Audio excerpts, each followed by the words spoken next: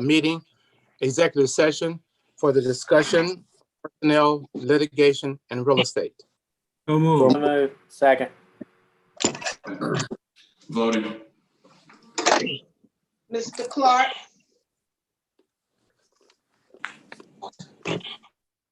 He's muted. And Mr. gone. Branham, Yes, ma'am. Mr. Garrett, Yes, ma'am. Mr. Sun, Yes, ma'am. Mr. Johnson, Yes, ma'am. Ms. McKnight, Yes, ma'am. Ms. Scott, Yes, ma'am. Mr. Sias, Yes, ma'am. Mr. Bobby Williams, Yes, ma'am. Mr. Dennis Williams. Yes, ma'am. That motion carries with Mr. Clark out. All right, thank you, Madam Clerk. All right, we're going to transition, and for everybody, will just be at ease for just a few moments. We'll transition into closed session. Thank you.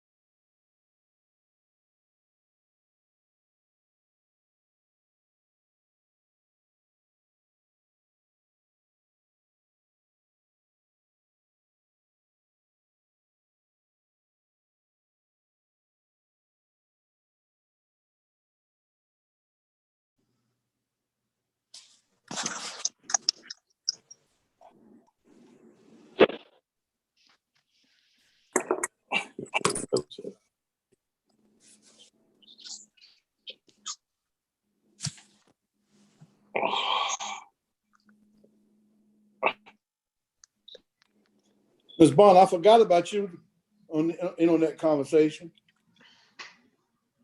She done left us. Okay, we're back on the floor and we are live.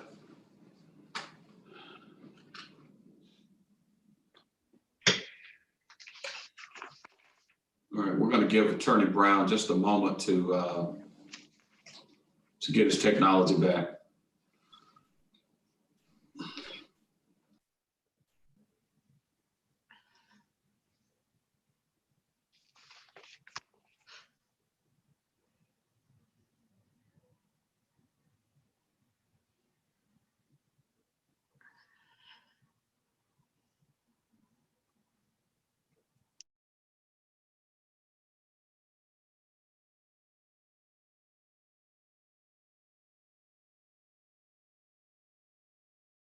He's on the way in now, Mayor. All right, thank you, Jeff. We're holding.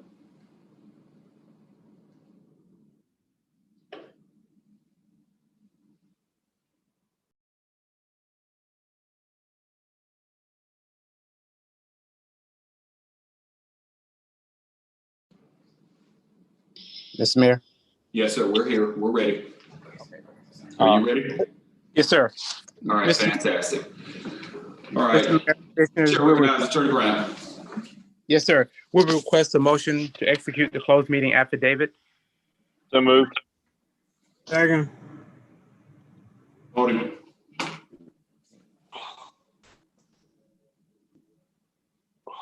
Mr. Clark, Yes. Mr. Frenham, Mr. Garrett, Yes, ma'am. Mr. Sun, Yes, ma'am. Mr. Johnson, Yes, ma'am. Ms. McKnight,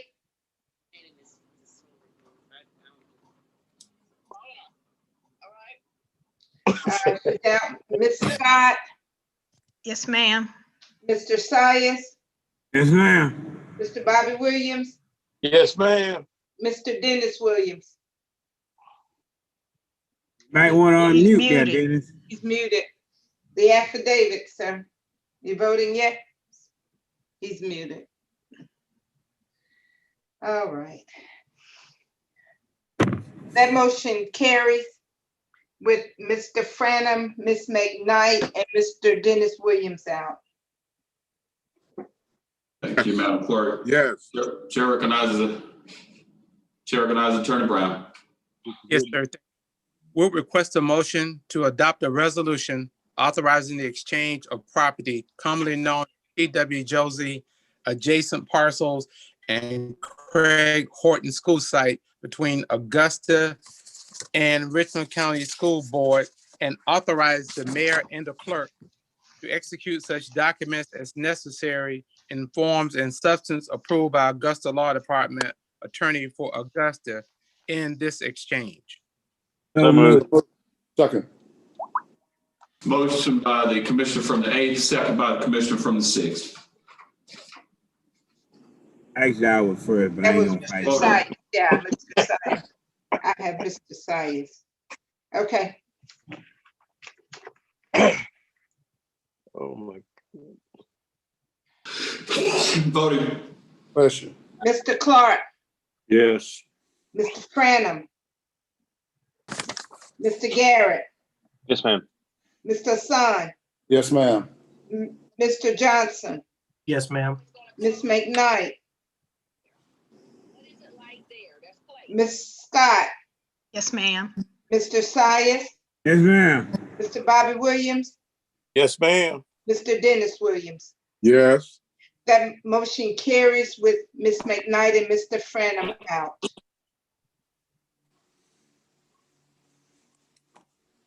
Chair recognizes Attorney Brown. Yes, sir. Thank you. We'll request a motion to accept the resignation of Attorney Janice Smith effective March 13, 2021, and to approve a lump sum 3-month severance payment in accordance with the Augusta, Georgia SES policy. So move. Second. Voting. Mr. Clark, Yes. Mr. Franum, Mr. Garrett, Yes. Mr. Sun, Yes, ma'am. Mr. Johnson, Yes, ma'am. Ms. McKnight, I just walked in. Can you repeat that, Miss Lena, please? that's accepting the resignation of Miss Janice Smith with the lump sum payment of 3 months severance. Yes, ma'am. Mr. Scott, Yes, Ms. Scott, I'm sorry. Mr. Sias, Yes, ma'am. Yes, Mr. ma'am. Bobby Williams, Yes, ma'am. Mr. Dennis Williams. Yes, ma'am. That motion carries with Mr. Franum out. Thank you, Madam Clerk. Attorney Brown. Yes, sir. Thank you. Motion to approve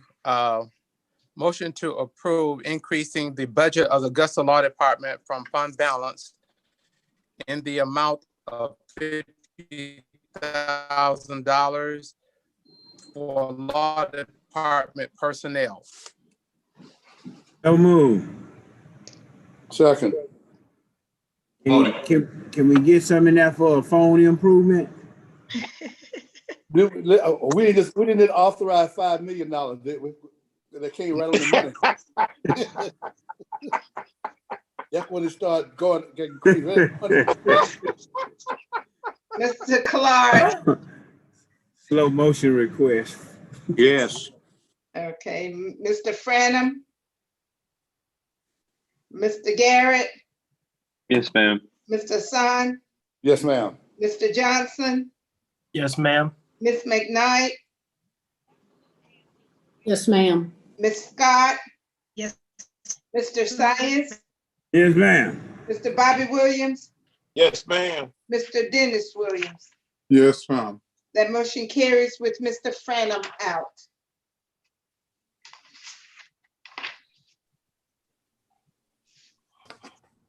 Okay. All right, Administrator Donald, you'll read for the record the motion concerning. Yes, sir. The request is or accepting a motion to approve effective December 21st of 2020, Ms. Mia Lucas as interim EMA director, in line with the salary within the PPM, authorizing 15% or the bottom of the entry level of the description. In this case would be 15%. And so that's the proposed motion. So move. Second. The motion and a second, voting. Mr. Clark, Yes. Mr. Franum, Mr. Garrett, Yes, ma'am. Mr. Sun, Yes, ma'am. Mr. Johnson, Yes, ma'am. Ms. McKnight, Yes, ma'am. Ms. Scott, Yes, ma'am. Mr. Sias, Yes, ma'am. Mr. Bobby Williams, Yes, ma'am. Mr. Dennis Williams. Yes, ma'am. That motion carries with Mr. Franum out.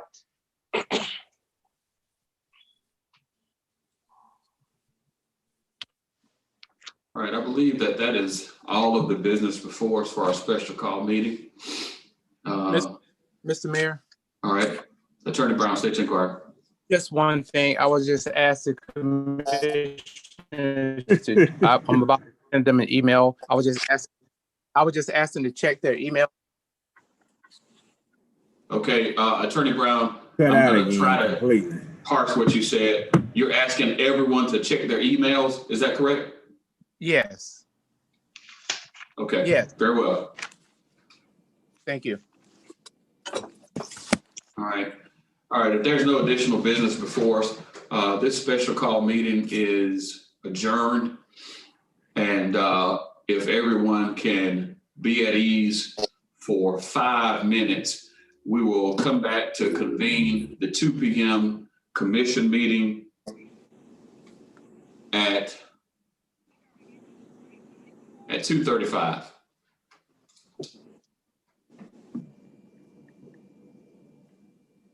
All right, everybody stand at ease. And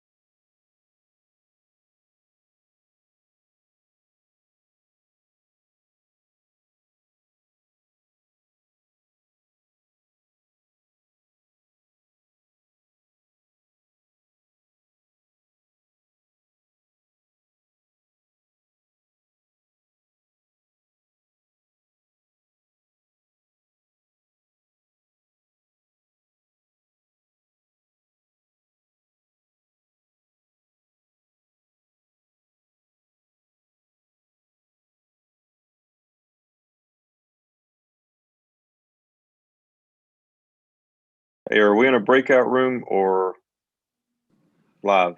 No, you're live, sir. Okay. Jeff, if you could take us to the breakout room.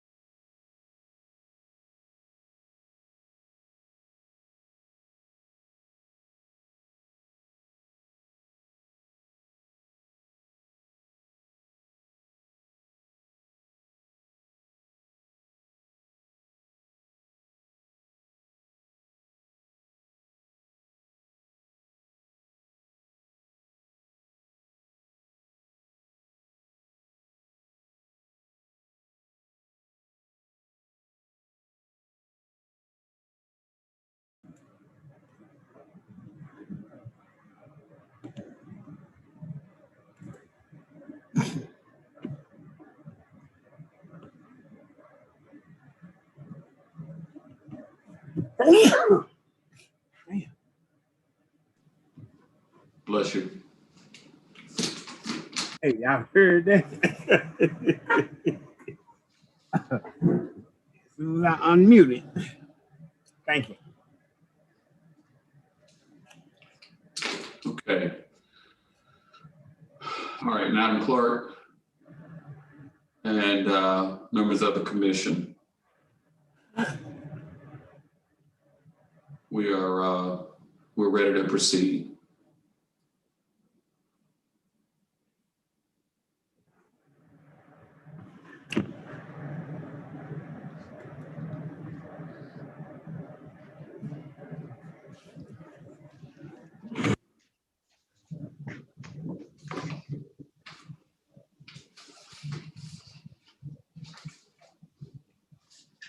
Okay.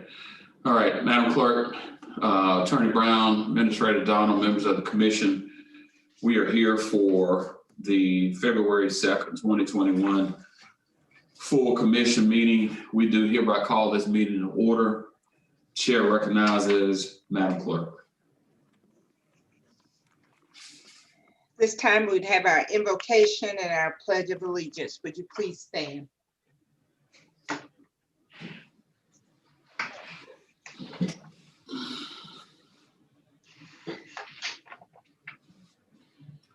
Merciful God, we thank you for blessing us to be a blessing. We know that you want us to use to help those that are in need. With help of the Holy Spirit, we can all set aside jealousies and resentments in favor of friendship. When we are torn, we look to you, God, for guidance and strength to choose rightly between divided loyalties. In the name of our Lord and Savior, we pray. Amen. Amen. I pledge allegiance to the flag of the United States States of of America and to the republic for which it stands, one one nation, nation, under God, indivisible, with liberty and justice for all.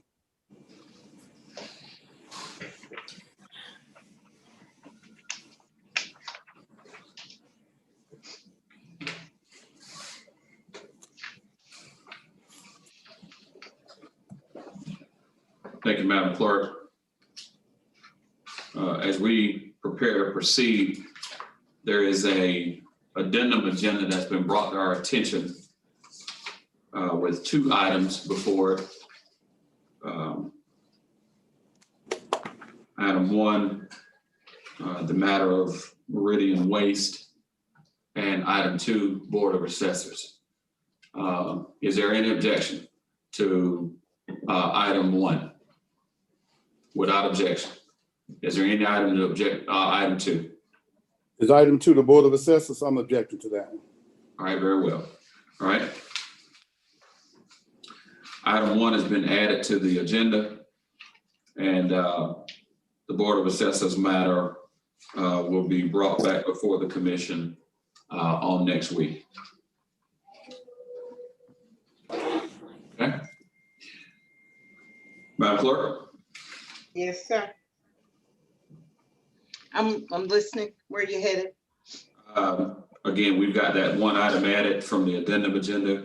We're going from top to bottom. Okay. I call your attention to the recognition portion of our agenda, Employee of the Month for December 2020. The commission would like to offer its congratulations to Deputy Cecil Harris Jr. as Augusta, Georgia Employee of the Month for December 2020. I believe he's in the chamber, sir. Ms. Rooker, is your staff there with him?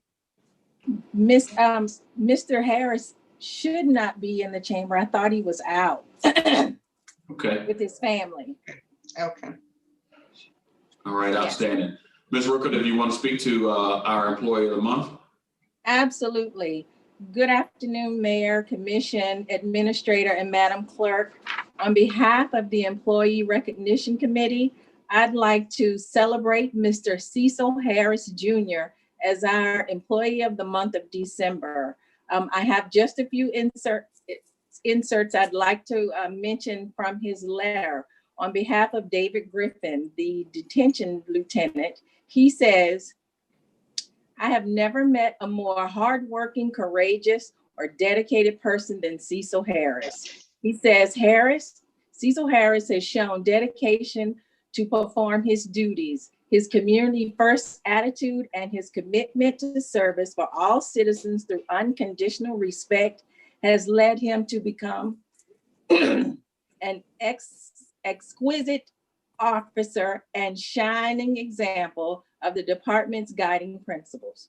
Through his distinguished demeanor, Deputy Cecil Harris has taken pride in his ability to communicate effectively and professionally with supervisors, peers, and the citizens alike, which allow him to meticulously complete calls for service in a proactive fashion to ensure best possible results at any problem faced when he is in active road patrol. Cecil excels in his duties performance with model professionalism, exemplifies his guiding principles for service through trust, integrity, and respect. His knowledge of the department and willingness to assist others is why Cecil is so deserving of this recognition and receiving the Employee of the Month. So on behalf of the Employee Recognition Committee, congratulations, Mr. Cecil Harris Jr. as our December 20th Employee of the Month.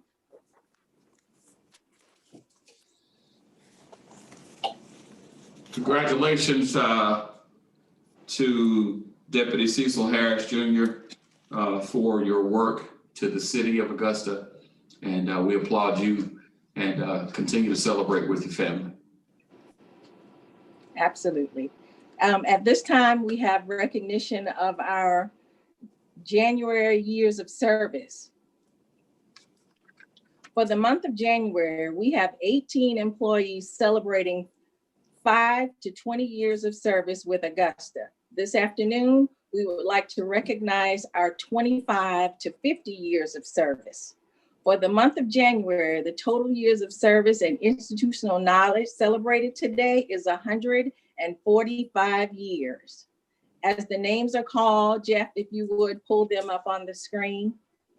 Anthony Bryce Reynolds with the fire department, 25 years.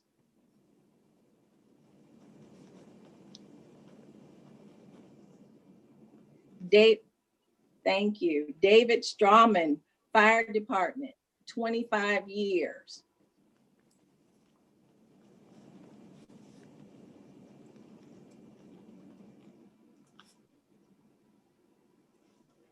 James Lester, engineering department, 25 years.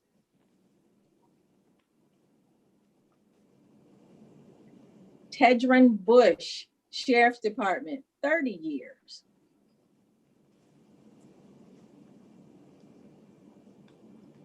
And finally, once again, Cecil Harris, sheriff's department, 40 years. Congratulations to all of our years of service recipients. Please join me in a round of applause in celebrating the employees for their loyal service to Augusta, Georgia. Thank you. Thank you, Ms. Rooker, and thank you to our years of service recipients for the incredible work that you do for the city of Augusta and all of our residents in providing for the health, welfare, and safety of everyone. This is a great way to start out the year 2021. Thank you so much.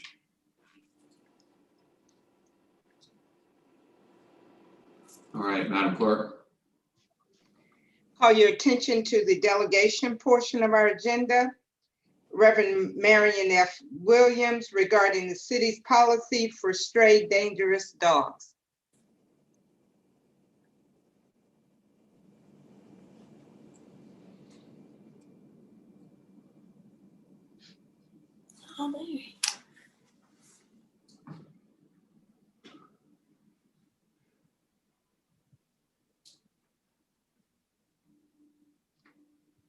All right, well, good afternoon. Good afternoon to the former dean of the commission, I Reverend. knew you'd miss us. Yeah, I don't know how long I can stay away, but thank you, Mr. Mayor and Commission, for allowing me just this 5 minutes to bring a agenda item that I think is very important. Dangerous animals, dangerous dogs. Mr. Mayor, I know you're a dog lover, and so am I. In fact, I started to bring my animal with me today to demonstrate what a animal would do if you take the time to train it. There's a situation that happened on the 8th of January. Let me try to give you in my 5 minutes. And in fact, if I didn't give you my name and my home address is 1941 Crater Drive. I remember the protocol, so I want to make sure I follow that. I also pastor Friendship Baptist Church, which is located 2543 Deansbridge Road. Well, one of our members got attacked by a dog. The address that she lives at is in District 5, Super District 9, 3608 Cameron Drive. This happened on the 8th of January. I didn't know anything about it on the 8th of January, but on the 10th of January, that Sunday morning, just before I got ready to go to church, about 8:30 in the morning, I got a call from that member who said that they had got attacked by a dog. The animal shelter came out and placed a dog trap to try to catch the dog. Well, they ended up catching another dog in the trap, and the dog had stayed there from Thursday afternoon or Thursday night until Sunday morning, when no one came out to check the trap to see the dog was there or to come by and check anything. So I didn't know who to call. So I had the administrator's number. So I called the administrator, which I think was a cell, but I didn't get an answer. I guess because my term was up and that number didn't flash like it ought to flash. But long story short, I didn't get an answer there either. So I tried the clerk. I tried Miss Bonner, because I thought I had her cell. Didn't get an answer from her. I think she was in church service. So I called one of the directors from Parks and Recreation and asked them, did they know how to get in touch with the animal shelter owner? Well, he said he did, so he called and got somebody to come out. So meanwhile, I asked the lady, Miss Sarah Johnson, her name, as to what happened. Why didn't she call the sheriff department? She said she called the sheriff department 4 or 5 times, and they told her that they had no control over that. They had no way to get in touch with anyone to help that situation. I find that quite odd because there ought to be, and there have always been, an emergency number that they can contact somebody to check on that. This lady ended up with a broken arm. The dog bit her all over her body. She had to go take tetanus shots. She took 2 already, got to take another one. She ended up going to the hospital in the ambulance. The neighbor across the street happened to hear her in the yard that morning and went over to help her and got the dog to leave. Well, the dog was on this man's video. The animal shelter came out. From what they said was they couldn't find the dog. The neighbor had a photograph or a video of the dog on their camera and told them where the dog lived or who the owner was. Up until this day, as far as I know, this dog still hadn't been removed. So on Friday, the animal control supervisor called me, Mr. Hill, and said that they had went out and they talked to the owner, but they left the dog with the owner. That bothers me. First of all, the dog done attacked somebody already, and then the same dog gonna be put back in the same yard that he got out of, or she got out. I don't know whether the male or female dog, but something wrong, Mr. Mayor, and I came to this body because I know the buck stops here. I know the animal shelter supervisor, we just gave him a raise. We just gave the sheriff department a raise, but there's no money to be put into the animal shelter or to the sheriff department to make sure that this type of thing don't happen. Now, the dog stayed in the kennel, in the trap, for 2.5 days, maybe 3 days, whining in this lady's yard all night long. This is not the dog that attacked her. This is another dog. But the dog being trapped in the cage was naturally complaining or whining about getting out of the cage. And she couldn't get anybody to come by and relieve the dog or her. Can you imagine being attacked by a dog and then had to listen to that dog in your yard all day and night? So, Mr. Mayor, I came to this body because I know, like I said, the buck stopped here. You got no supervision over the sheriff department. I get that. But the budget stopped with them. If this had to happen in any other part of town except South Augusta, I think something would have been done. I don't think you can leave an animal in a yard that just escaping that yard and attack somebody. This lady was 65, 66 years old, had a stroke, walking on a cane. Went out a driveway, Mr. Mayor, to pick the garbage can, retrieve it back in, and that's how this dog attacked. Yeah, your time has expired, and I do want to give Administrator Donald an opportunity to respond about how we can address matters like this, particularly from a animal services perspective, if you'd like to speak to that. But to Reverend Williams, thank you for bringing this important matter to us. Again, you said it well. There are a couple of system failures here, but more importantly, it's our prayer that the victim is well on her way to recovery. Administrator Donald. Yeah, so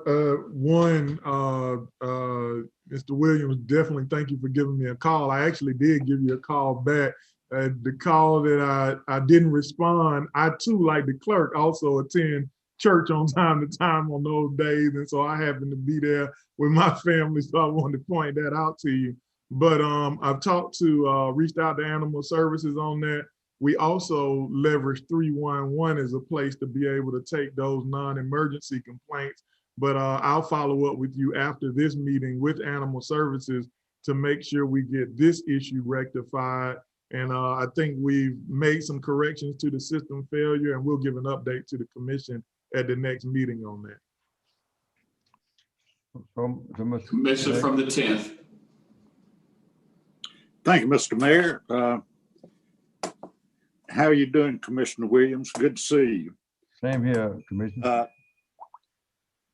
It's no secret that I have an issue with the way that the Animal Services is handled here in Augusta. It doesn't seem to have any protocol about who to answer to. When you call and ask questions, you get no answers. And I'm sorry, Administrator, I have to say, when you say, well, we have 311 in place for non-emergency situations such as this, I think a lady getting ate up by a dog could kind of be put in the classification of an emergency. I understand Animal Services is, been closed. I don't know if they're open now or not. You can't get any information out of that. They're needing vehicles, although there's, 13 or 14, 15 sitting around there, and he's asking for another $143,000 grant today for a mobile pet vehicle. I think more money should be put into what Commissioner Williams is addressing today, enforcement of animals out running the streets. I was out at the Animal Services last weekend, or weekend before last, and there was loose dogs running up and down the road in front of the Animal Services. So it just seems to be that I think we need a little bit more oversight and give Animal Services a little bit more direction, because right now Animal Services is floundering, and they are not, in my opinion only, I can't speak for anybody else, I don't think Animal Services is doing their job. That's all I got to say. All right. Commissioner, you made a reference to me, and I want to make sure. I'm sorry, I'm going to have to push back on that a little bit. So wasn't saying that 311 is, I'm saying that is one of our non-emergency areas that we've got to do a good job of letting folks know that's a way to file complaints so that we can capture those, but definitely not trying to push off, and in no way, shape, or form was I alluding to that. So I want to make that clear to you, because I don't want to accept that. I want to make it clear that we're looking at the service, and what I stated was we'll make sure to respond by the next commission meeting on how we correct that system failure. So I wanted to make sure to provide that clarity, because it looked like it was misinterpreted. Well, I would like for the Director of Animal Services to appear before the commission so that we can ask him some questions. Absolutely. Mr. Mayor, can I make my last statement, please, sir? Hold on one second. A commissioner from the 8th. Thank you, Mayor. Commissioner Williams, it's good to see you back again, my friend. Definitely is not the same up here without you up here. But in regards to the conversation that we're having about animal services, I concur with my colleague from the 10th that there are issues that are presented to the director and staff out there. And, you know, I constantly get responses back that there's a certain policy here or another policy there, which does not allow them to handle nuisance animals. You know, I get the calls from the same people over and over again about the same animals in my district, and we're trying to help them and provide them a service. You know, they've gone through the 311 system, they've gone, you know, tried contacting animal services, and then they reach out to us. And then when we're trying to help for, you know, just this non-committal that we get in response is really troublesome. So I'm really open to a conversation, administrator, with animal services to see what these policies are that they're hiding behind, which prevents them from removing nuisance and dangerous animals. You know, especially in some of the rural areas of this county where we have animals that are roaming around that people have dropped off. Animal control should be able to come in and remove those animals without having to go through weeks of different, I don't know, following their policy that's in place to try to do it. So, you know, I'm definitely open for a conversation in the near future about this. Commissioner Garrett, am I correct that that would be the February 9th meeting is that y'all are requesting this, as we've discussed so far? Yes. Sooner the better. Got it. We'll make sure to have animal services ready for that. All right, thank you. All right, I'm gonna, again, Reverend Williams, former Dean of the Commission, thank you for bringing this important matter to us. And it looks like folks are ready to have a broad conversation and bring forth some action. So I want to thank you for that. Okay, Mr. Mayor, thank you. And thank the commission for allowing me the 5 minutes. All right, sir. Thank you. Thank you. Mr. Mayor. Madam Clerk, what I want to do before we go on to any more delegation items, I want to entertain any motions to add to the consent agenda or remove from the consent agenda. Let's do that, and then we'll come back to the delegations, okay?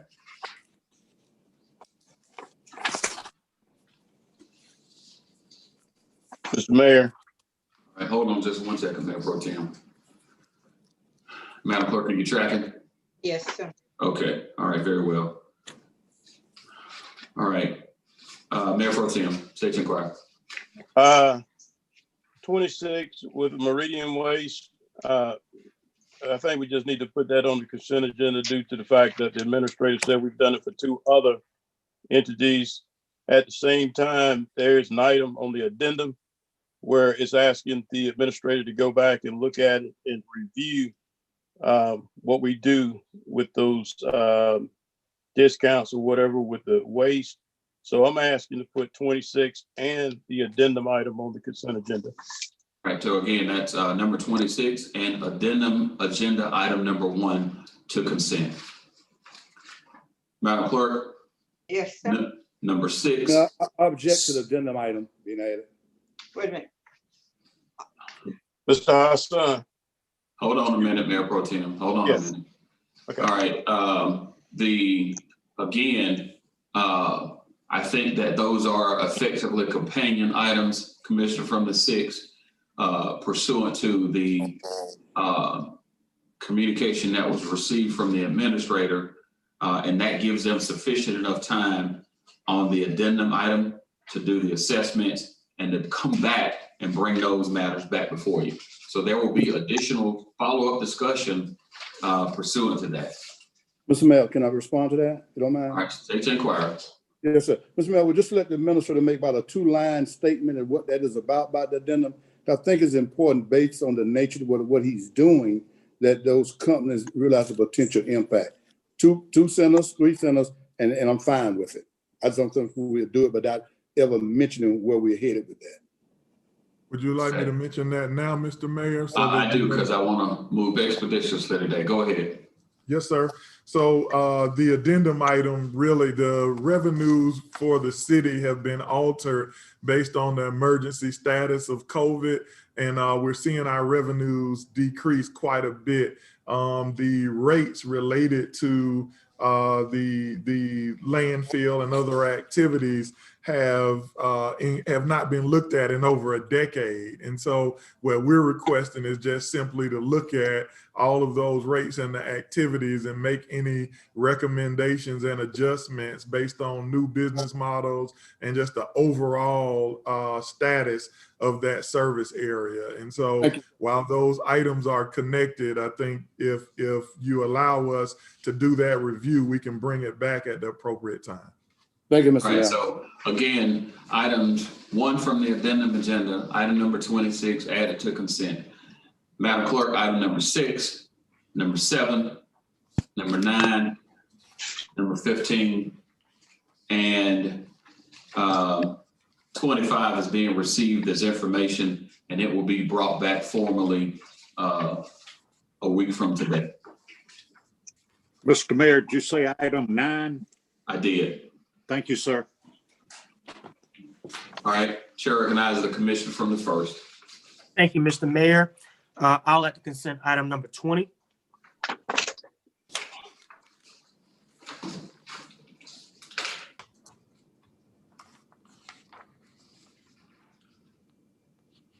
Number 19. Number 18. Hold on for a second. I got a question on, I was muted there trying to get in. I got a question on those, on a couple of those you just mentioned. That was, you said 16, right? No, sir. 18 and 19. Okay, 18, I got a question on both of those. 18 and 19. Okay. All right, with objection. All right, any other items to add to consent agenda? Commissioner from the 8th. Yes, sir. Want to add number 21, 22, and 17.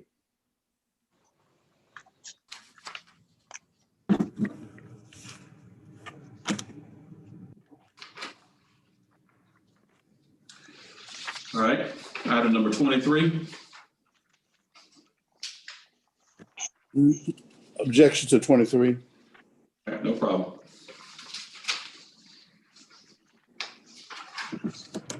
All right, Madam Clerk, items 6, 7, 9, 15, 20, 21, 22, 17, and item 1 from the addendum agenda, and 26 and 25 received as information. Mr. Mayor, Mayor Pro Tem, state your inquiry. can we look at 11, 12, and 16? The commissioner from the 4th has raised issues about 16, but I've not heard any objections to 11, 12. What is 13? 13 is a matter requested for discussion by the commissioner from the 10th. So 11 and 12 without objection. We have objection to number 10.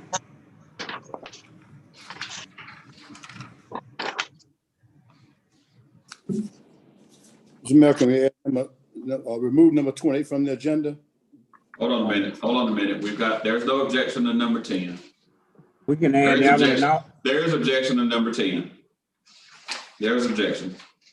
I did not have objection to 16 as you stated. I had said that when I got back in. So I don't have a personal objection to 16 being added. All right, 16. All right, Commissioner from the 4th, you had state your inquiry. You had a question. On 18 and 19. No, Commissioner, I'm sorry, Commissioner from the 6th, you had a question. State your inquiry. Yes, sir, based on previous conversation, delete number 20 from the agenda. That is correct. We have an objection to number 10? Yeah. Okay. All right, number 9.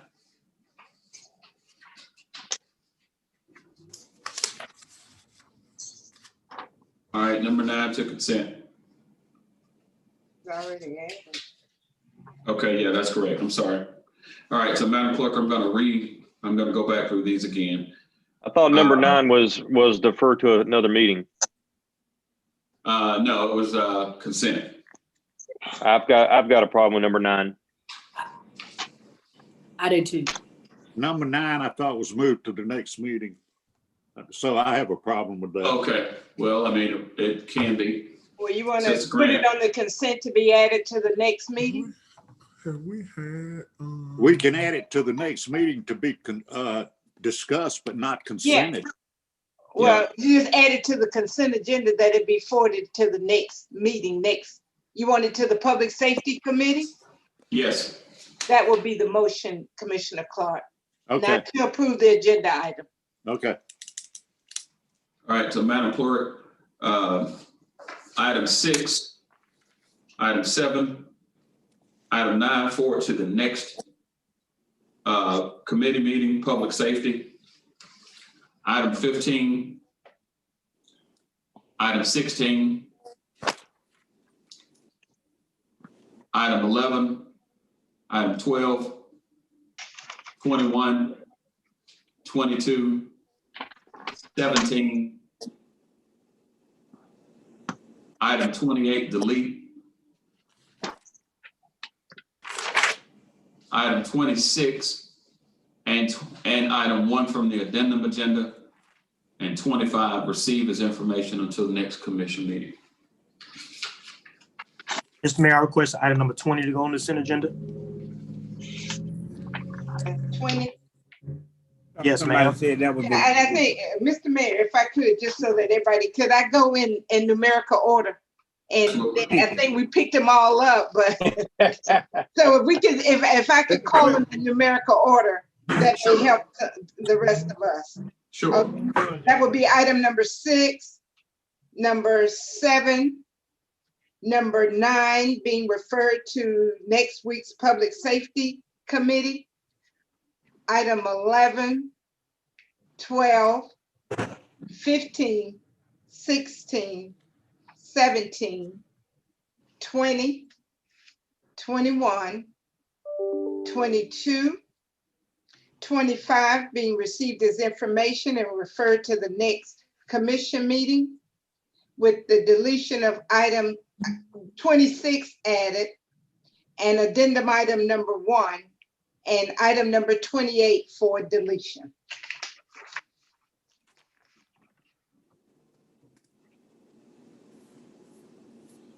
Yes, Madam Clerk, thank you. All right. Chair will entertain a motion. Motion to approve. Second. Voting. On the consent agenda, Mr. Clark, Yes. Mr. Franum, Yes, ma'am. Mr. Garrett, Yes. Mr. Son, Yes, ma'am. Mr. Johnson, Yes, ma'am.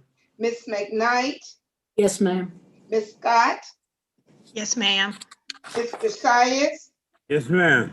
Mr. Bobby Williams, Yes, ma'am. Mr. Dennis Williams. Mr. Dennis Williams, you're muted. We're on the consent agenda. You're muted, sir. Yes, ma'am. Okay, thank you. That motion carries unanimously.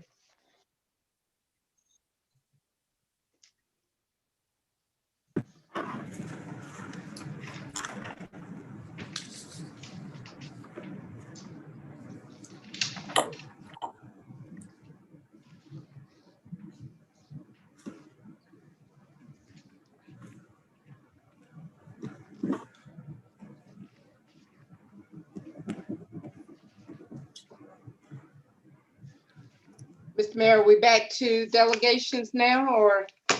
Madam Clerk, yes, we've got two items that deal with the issue of homelessness on the delegation agenda.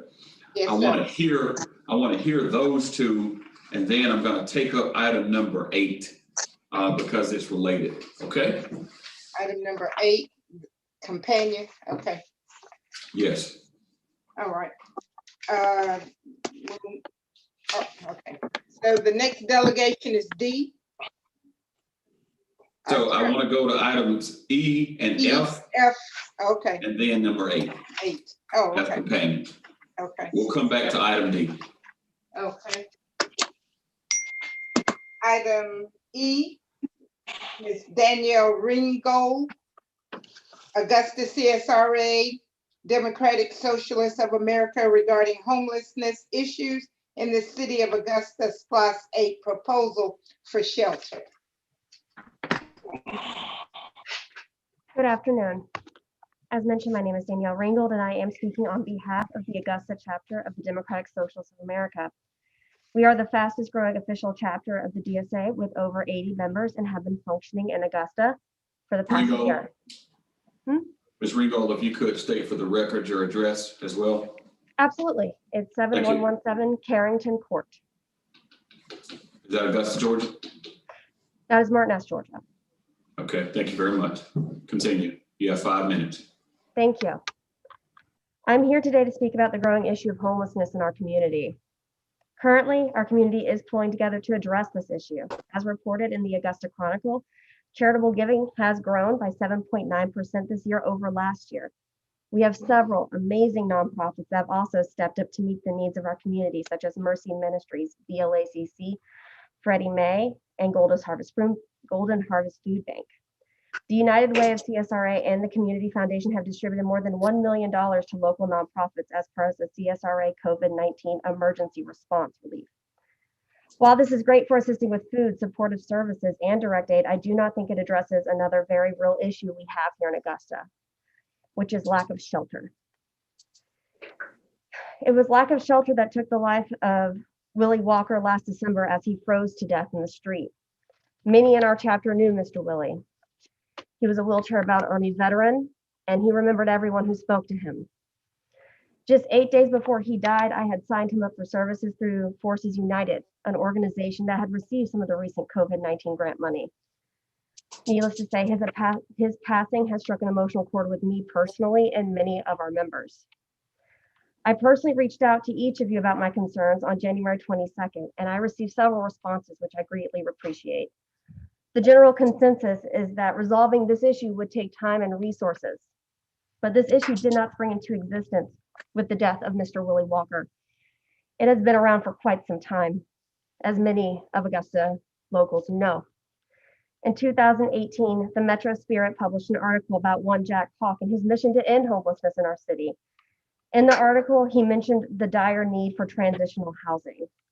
He also mentioned in the article that Richmond County Sheriff officers were throwing out material items such as tents and sleeping bags due to complaints from local businesses. I can tell you this is still happening.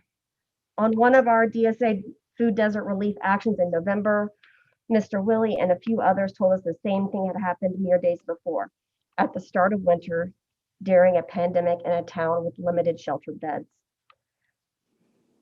Richmond police officers were throwing away the only means some people had to keep warm. I did reach out to Sheriff Roundtree about this issue on December 10th, 2020. As of today, I've heard nothing back. Regarding the matter of resources, I think Augusta does have the resources to at least start addressing this issue. On the recent SPLOST 8 Administrator recommendation list, a $12 million shelter was proposed by one Mr. Hawthorne Welter Jr., Augusta's Housing and Development Director. It appears this proposal has been rescinded in favor of a $5 million water park and a new state-of-the-art James Brown Arena that will cost the city $25 million. I understand that city officials like yourselves want to increase tourism, which can generate increased sales tax revenue, and these options do seem more economically sound. And I also agree that Augusta should be a wonderful place to visit, but I also think it should be a great place to live, even for our most vulnerable. With that said, Augusta has so many great programs to keep people from homelessness, such as offering subsidized apartments, help with utilities, and low-cost care from dental and medical clinics. but there is a deficit when it comes to helping those who are homeless in our city. What is truly needed is a shelter or transitional housing, which could offer mental health services, substance abuse counseling, along with a hot meal and a bed. At very minimum, we need warming centers that people can go to, no questions asked, for shelter from the cold. What happened to Mr. Willie Walker cannot happen again. I'm here today to urge our elected officials, yourself and Mayor Hardy Davis, to take serious steps to address the issue of homelessness in our city. I propose the first step should be to organize a task force or committee to assess the needs of our community, along with deciding ways to use resources effectively. This committee should not only include elected officials, but community leaders who have had boots on the ground for years. Commissioners, Mayor, it is projected to get below freezing tonight at 31 degrees. I'm urging each of you to take immediate action as the situation is dire. And I know if we pull together, we can end chronic homelessness in our city. I greatly appreciate your time, and I will answer any questions you have to the best of my abilities. All right, thank you, Ms. Ringo, for your presentation. All right, thank you very much.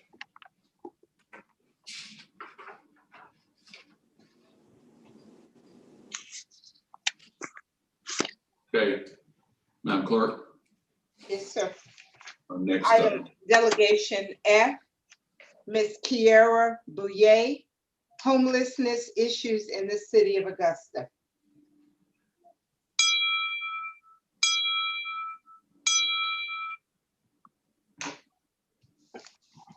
Okay, Ms. Boyer, if you would state for the record your name and your address, and you have 5 minutes. Yeah, it's Mrs. Kiara Bouye. My address is 442 Bristol Road, Martinez, Georgia. So good afternoon. I hope you all are doing well. I'm Kiara Bouye. One of my passions as a concerned citizen and worker downtown in the city is rooted in the irrefutable fact that there is empty housing and at least 280 unhoused people. The questions I present to Richmond County Commissioners and Mayor Hardy Davis are as follows. How does both available housing in our city and a member of our community dying of exposure on the streets exist simultaneously? How can we have any pride as a community when all the members in it do not have access to clean water, food, basic shelter, and safety, especially during a pandemic? Is everyone okay with the fact that we know that our neighbors are dying on the street? And one last question, and I'll just close with a statement, is how do you plan to allocate funds properly and appropriately, meaning to enact a long-term change where everyone is taken care of? I am from Atlanta, I'm from Georgia, I'm from here, and Augusta feels like a place that I can put my roots in, and it feels like home. And so for me, y'all means all. When I say y'all, you all, I mean everyone in the community. And I think that's what everyone thinks of when I hear y'all. So I think we all need to start saving the lives of the members of our community, because we don't want to see each other die from negligence. We don't want to see anything happen. We don't want to see our neighbors down the street. Thank you. Thank you, Ms. Bouye. It's Mrs. Bouye, but thank you. My apologies.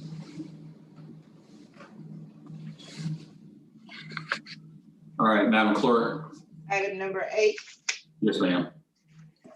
Item number 8 is to receive an update from the homelessness initiative, Finding a Way Home.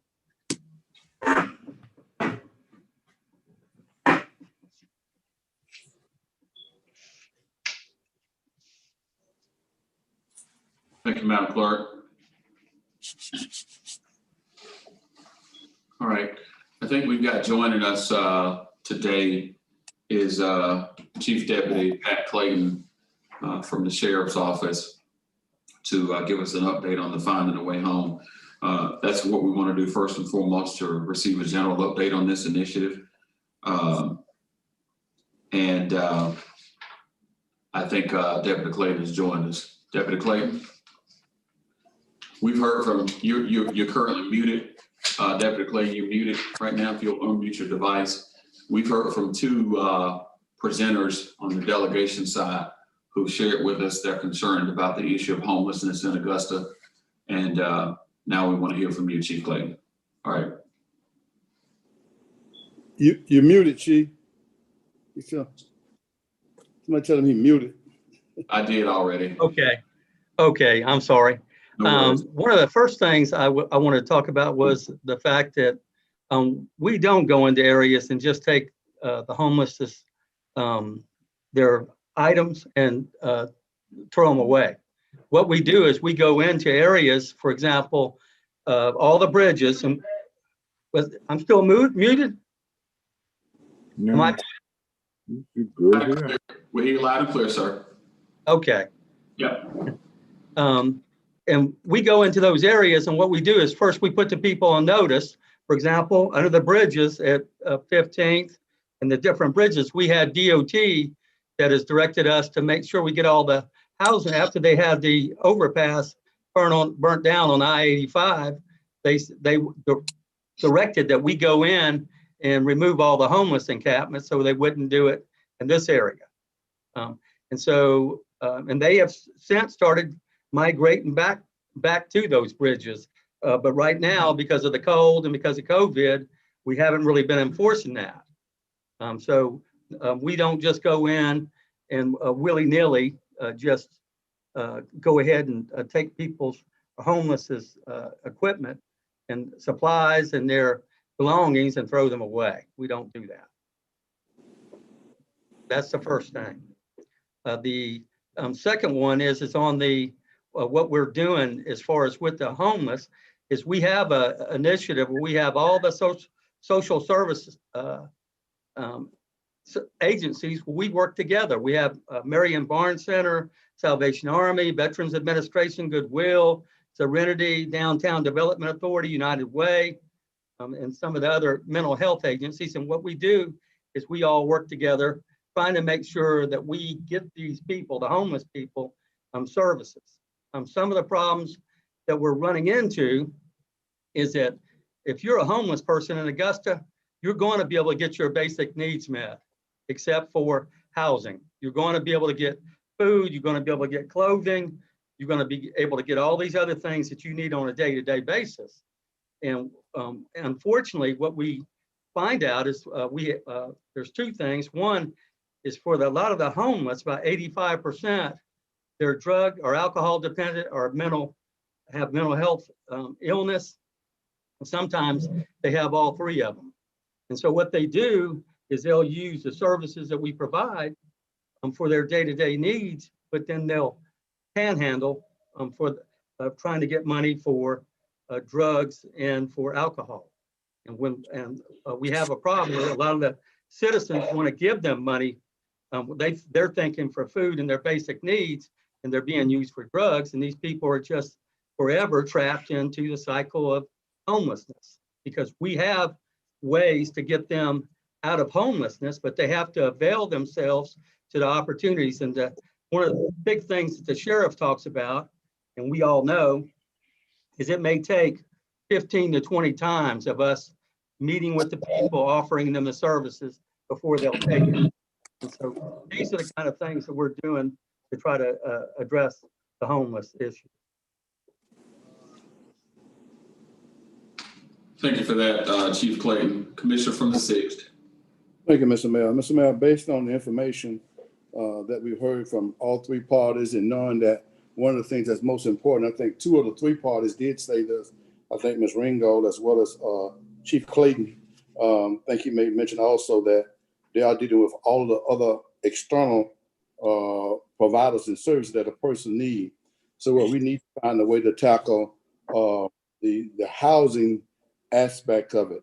And from a governmental perspective, from this body's perspective, I'd like to make a motion or make a recommendation that Commissioner Jordan Johnson and Commissioner Dennis Williams be part of a task force to pursue that, to try to see how we can fit in and potentially deal with the housing aspect of this, because a lot of the other social services seem to be in place. So the housing, even Deputy Clayton mentioned, the housing aspect is a critical component that's missing. So once again, my motion is to have Commissioner Jordan Johnson and Commissioner Dennis Williams co-chair and be a part of these task forces so that they we can deal with the housing aspect of it. Second. Second. Commissioner from the 10th. Thank you, Mr. Mayor. I'd like to ask Chief Clayton a couple of questions, if I may. Chief Clayton. Yes, sir. When it is obvious that someone is suffering from mental illness, what steps do we take to get these people help? And if people clearly need medication, what steps are taken to make sure that the people get their medications? Well, as far as the mental illness aspect of it, the only times we can intervene on mental health, people with mental health illnesses is where they're either a threat to themselves or they're a threat to somebody else. And so in most cases, we may know they have mental illness, but we can't make them go. We do have liaison, and we have members of our initiative, and we do go out to different campsites. We have Serenity and DHSS that go out with us, the mental health agencies, and try to assess people and try to get them to avail themselves of the services. I will tell you that, one of the big problems is it's hard to get people with mental illness and the drug and alcohol dependency to avail themselves of the services. And so that's the other issue that we're dealing with. For example, like in this country, there's no reason for like a veteran to be out on the streets.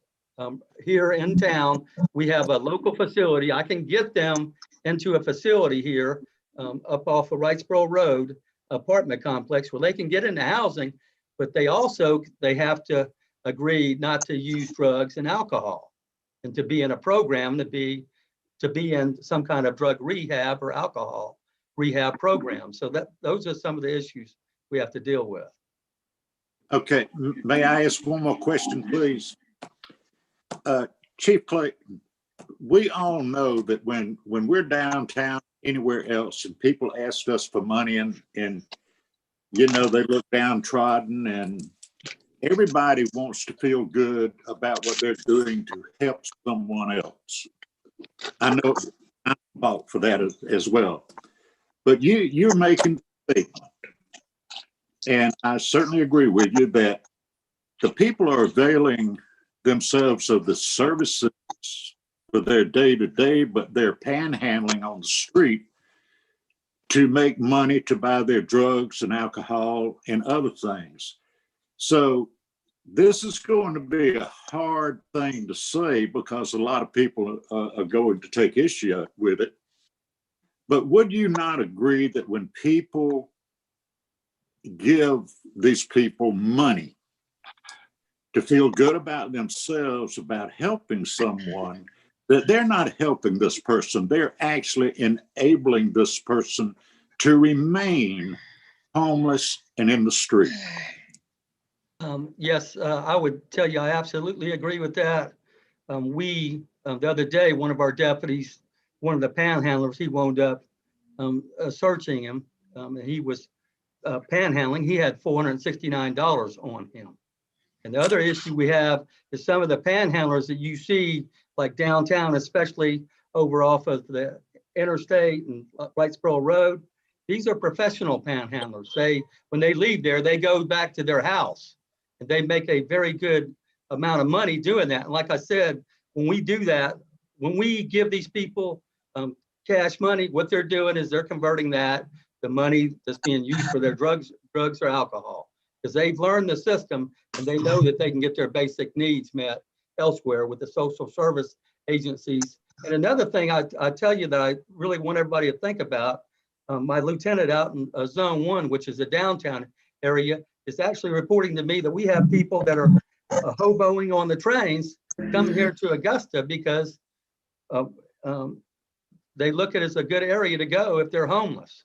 And that's something that we definitely want to avoid. And we're doing our best to deal with the panhandlers downtown, but the public has got to help us with this because they're trapping, when they're doing that, like you said, Commissioner Clark, they're helping and they want to help And they're doing it from a good heart, but it's really trapping these people into this cycle of homelessness.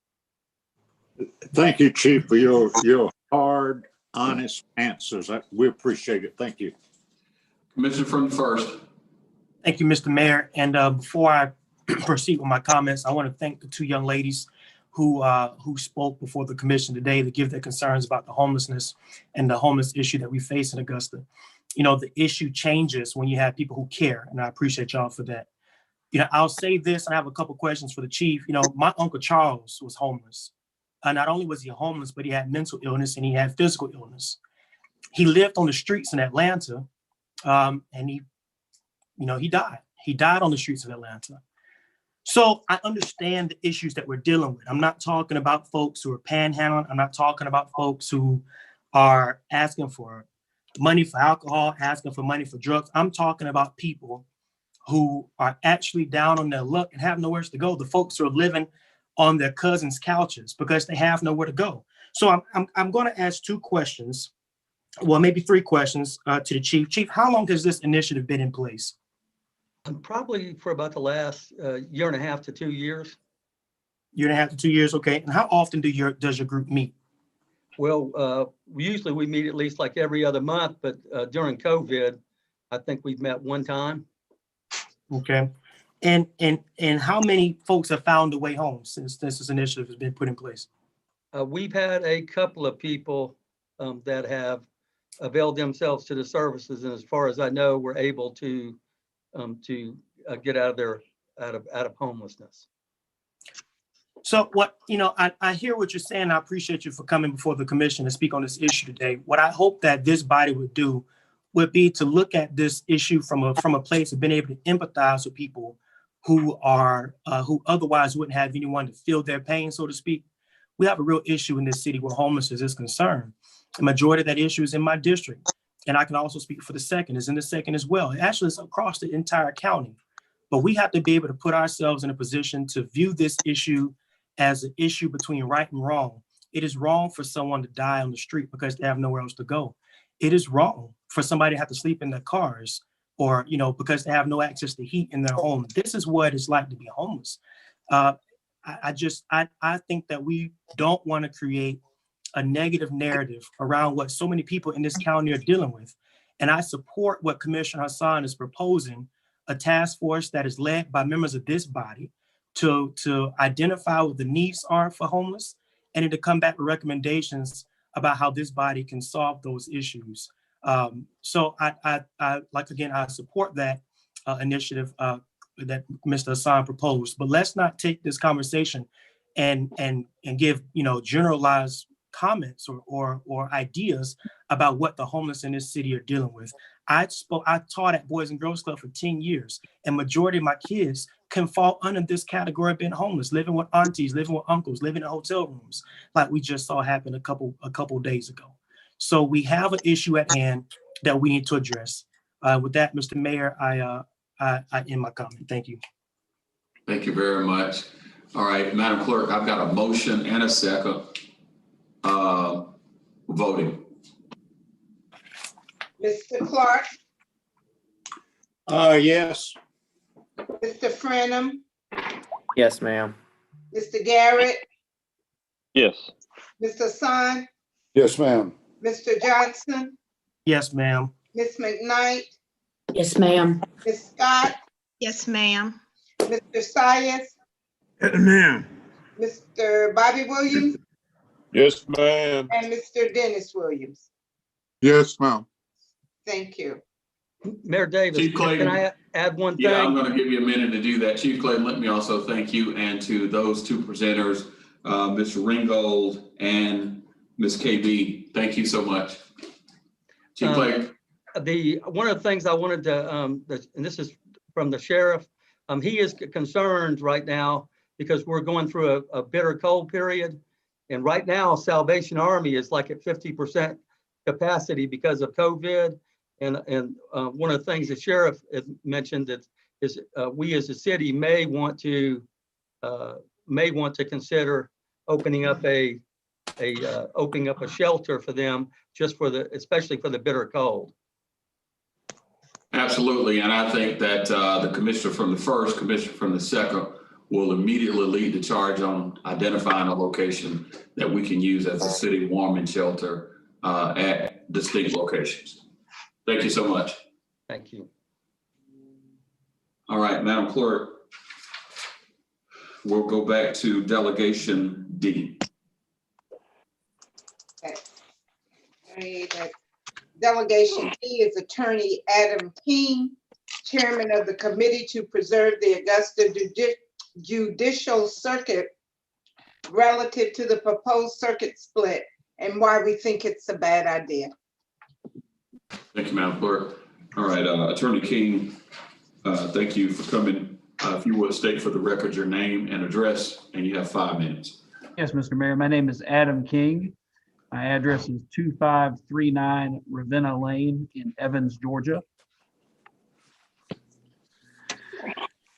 First, allow me to say good afternoon to Mr. Mayor and members of the commission. As I mentioned, my name is Adam King. I am a lawyer in the Augusta Judicial Circuit. Thank you for allowing me to appear before you today to talk about the proposed split of the circuit. To put it simply, the proposed circuit split is an expensive and divisive solution for a problem that does not exist. The Augusta Judicial Circuit is successful. It has been successful. It has been in existence since 1870. During that time, many cases have been tried in this jurisdiction. Justice has been done, and a bond has been formed between the 3 counties of Richmond, Columbia, and Burke. Even during the COVID-19 pandemic, this circuit has been successful. I'm pleased to report, and it's my understanding, that the circuit has closed more cases than it has opened during these unprecedented times, which speaks to the quality and the efficiency of the judiciary and the local bar and the court personnel as well. This circuit is wonderful in its diversity. That's something I've said many times as I've spoken on this issue over the last several weeks. And I don't just mean diversity in the racial sense, although certainly that's true. But the circuit is diverse in a geographic sense as well. Burke County, mostly rural. Richmond County, mostly urban. And Columbia County has some aspect of both. There are people from all walks and stations of life represented in the 3 counties. And to split the circuit, in my humble opinion, would destroy one of its best aspects, the diversity of its citizens. One substantial benefit of the circuit remaining intact is that we can share resources among the counties. For example, in criminal cases, if an accused person has cases pending in Richmond and Columbia County, it is common to resolve all the cases in one of those counties. Similarly, in the civil context, I was involved in a complex civil case several years ago involving a fire at a retirement home in Columbia County. And as time came for trial, as trial approached, we found ourselves in need of courtroom space for motions and hearings. Columbia County was not able to accommodate us at that time. Richmond County was, even though it was a Columbia County case. And I'm pleased to report that not only did we have the hearings and motions, we actually resolved the case by settlement in the Richmond County Courthouse instead of in Columbia County. The working relationship between these 3 counties is good. They can share resources the way that it is. If we split the circuit, that will likely be impossible. Financial consideration should also prevent the circuit split. Columbia County says it will save $1 million. A competing study that's been done shows the exact opposite of that. It shows that Richmond County will lose $1.1 million, Columbia County will lose $1.6 million, and Burke County will lose over $400,000. I don't say that to say that I don't say that to take a side as to which numbers are correct, only that this is an issue that deserves, requires, and needs further study. It should cause all the parties to slow down and give the issue careful consideration. Another problem with the circuit split is the disenfranchisement of voters who elected judges who will not be allowed to serve them. The 7 current Superior Court judges were elected by the people in all 3 counties. To split the circuit would deprive the Richmond County judges the opportunity to serve Columbia County, and it would deprive the Columbia County judges the opportunity to serve Richmond County. As I mentioned, this amounts to disenfranchisement of voters. In conclusion, I would ask this commission to not to issue a resolution opposing or condemning the circuit split. Recently, a resolution was issued by another county commission that asked the state to study the issue further to come to a more informed conclusion about the propriety and cost of a circuit split. And that's all I'm asking this commission to do, to revisit the issue, to issue a resolution that says that we should study the issue more and come to a more informed conclusion. There's no rush here. In fact, there's no problem at all to solve. Thank you, Mr. Mayor. Thank you, members of the commission. Thank you, Attorney King.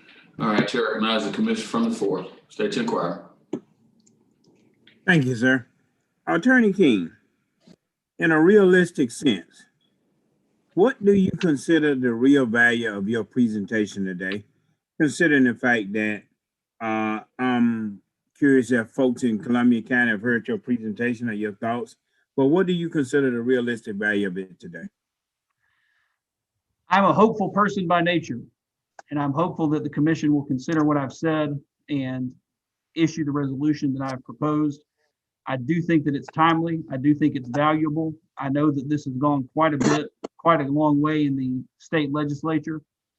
I'm hopeful that we can slow it down because as I mentioned several times before, this is an issue that's near and dear to my heart. I'm from Burke County, work a lot in Richmond County, live in Columbia County. And so I'm hopeful that this is something the commission will consider. Thank you. I just want to, and as you're aware, that the Georgia Senate has already approved it. And so, there's not much in that train that's already rolling down the track. So, I appreciate your thoughts and appreciate your presentation. Thank you. Thank you, sir. Thank you.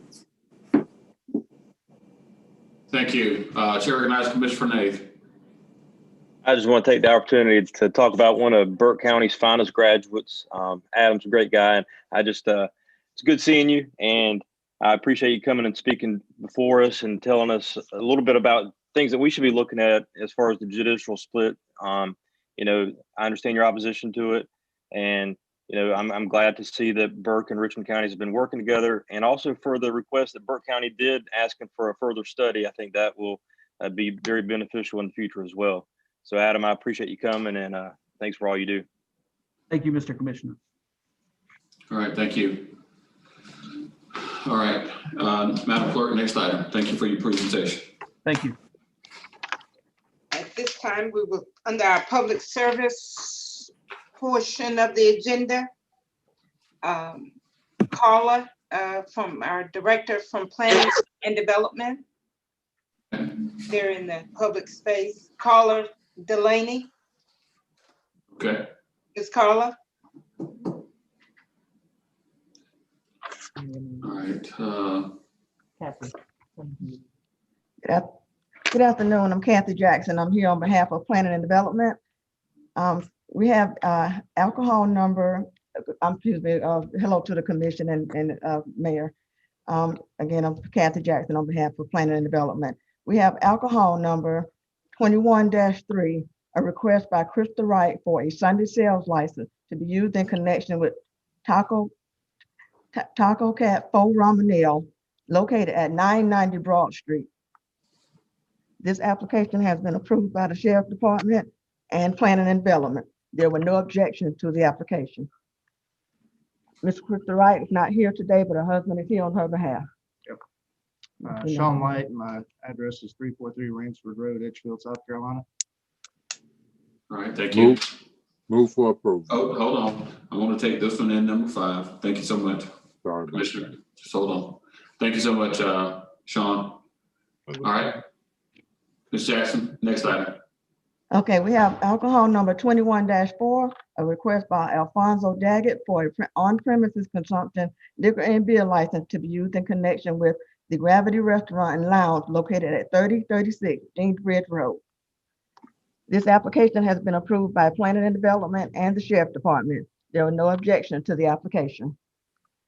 Hello, everybody. My name is Alfonso Daggett. I'm at 3722 Crest Drive, Helsingborg, Georgia, 30085.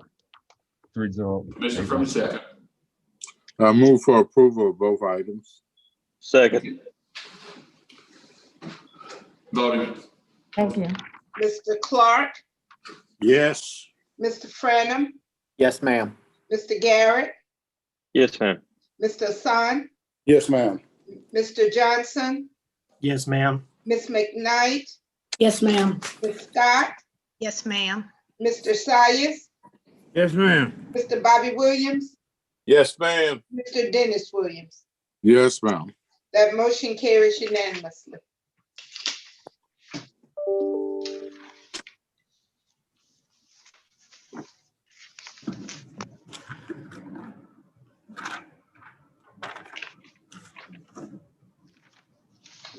Number Number 10. 10, sir. Yes, ma'am. Item number 10 is a motion to approve the purchase of 10 vehicles for the sheriff's office at a total cost of $293,418, $146,320 to Thompson Motor Center, and $147,098 to Allen Vigil Ford. Thank you, Madam Clerk. With regards to this item, I know we've had a series of vehicles that have been brought before the commission for purchase. The question that is before us for finance administrator or finance chair is what budget are these funds coming from for the purchase of vehicles? Believe that Miss Donna Williams is here to provide insights on that. And so I'll defer to Director Williams related to that issue. I believe she's coming in now.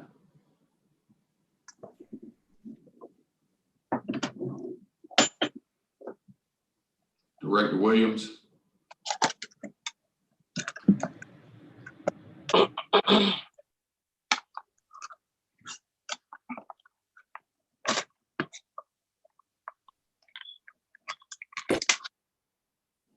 Yes, sir. Director Williams, what budget are these funds coming from for the purchase of vehicles? These funds for the sheriff's department are from their SPOS allotment.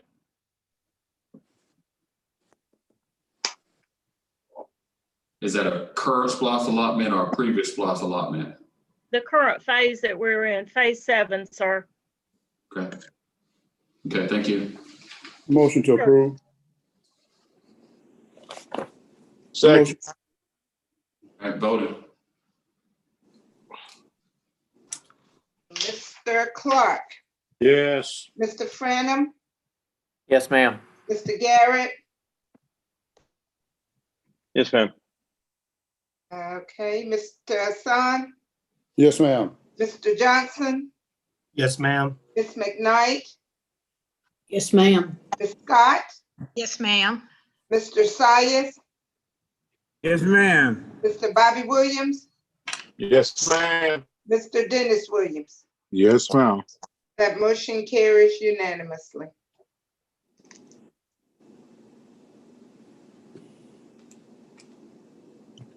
Next item.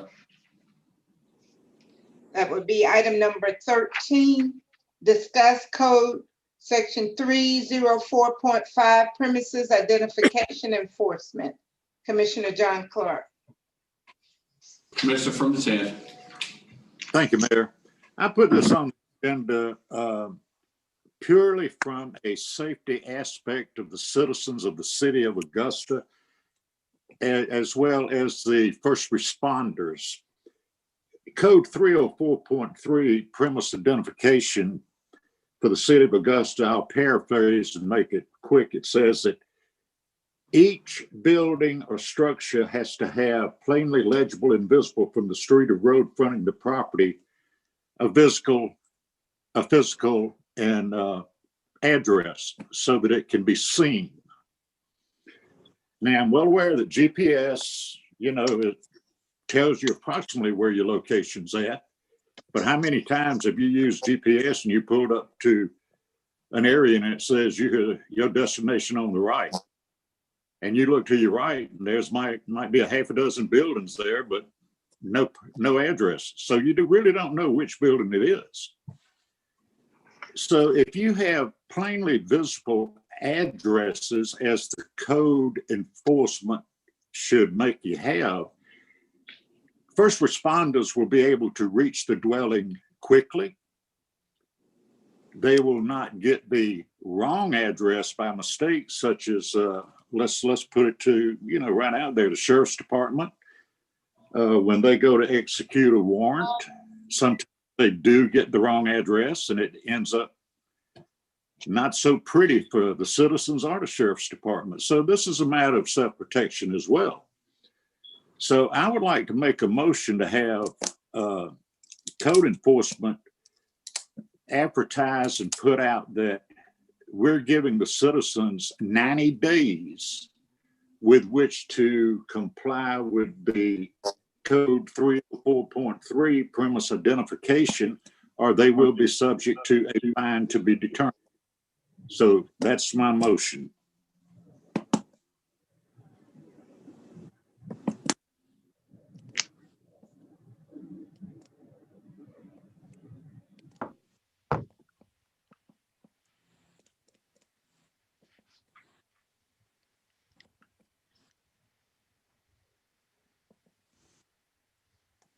Commissioner from the second. Yeah. Commissioner Clark, have you made any contact with code enforcement to look at the last time they did something of this nature? Or are there any particular issues that's preventing or would prevent this from coming about? Well, there's nothing that would prevent it from coming about except for the fact that you advertise out in one way that we could reach the citizens primarily is, of course, public service announcement and mail out a notice in the utility bills that this would be done. Code enforcement says the reason why they don't go around and cite is that, here again, they don't have manpower, but when they go out to inspect something, they will make note of it and take action on it if it does not have an address. Okay.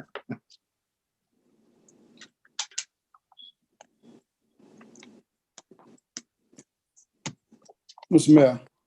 Commissioner from the 8th. Thank you, Mayor. Got a question for Commissioner Clark, if you don't mind. Sure. Commissioner Clark, trying to understand the reasoning behind this.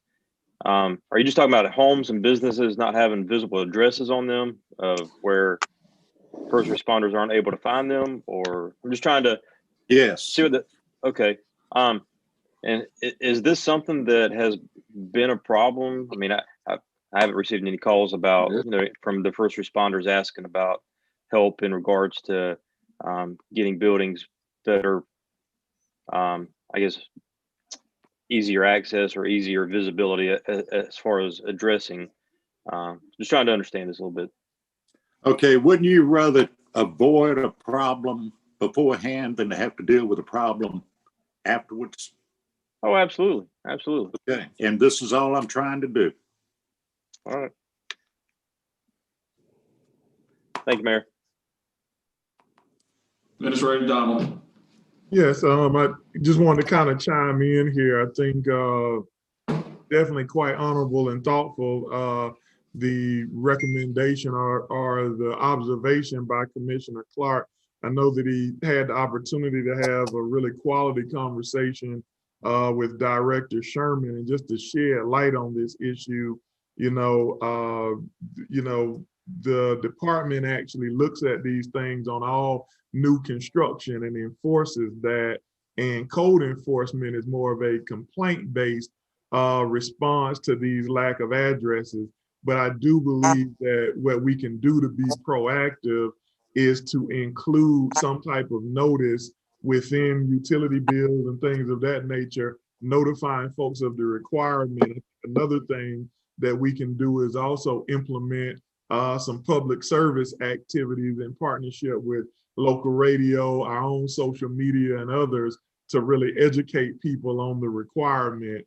I think that type of proactive education and enforcement might have a quality result with our citizens without necessarily penalizing folks, right off of the bat. And so I don't know if it requires a motion of anything of that nature, but I think from a staff perspective, one, we welcome that type of observation from our commissioners, and kudos to Commissioner Clark for bringing that to our attention. And I think my recommendation, unless there was a second for that motion, would be that staff update our education activities and include something within the utility bills, which everyone is going to receive, or at least most people will receive, and then expand some of our PSAs to make sure we leverage social media and other things to educate the general public. Administrator Don, if you will see that that is taken care of, that will suffice with me perfectly. Yes, sir. Thank you. Commissioner from the 4th. Thank you. This is my colleague. When looking at this over when we received our books, in coming out of the code book, we have different chapters with the same, basically almost the same number.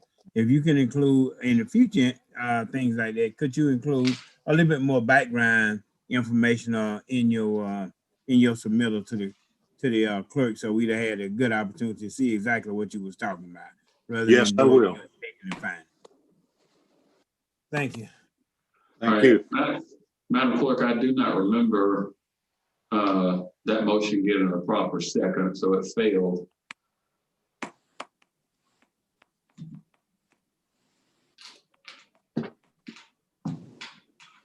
All right, next item. So he'll take care of it. Next item.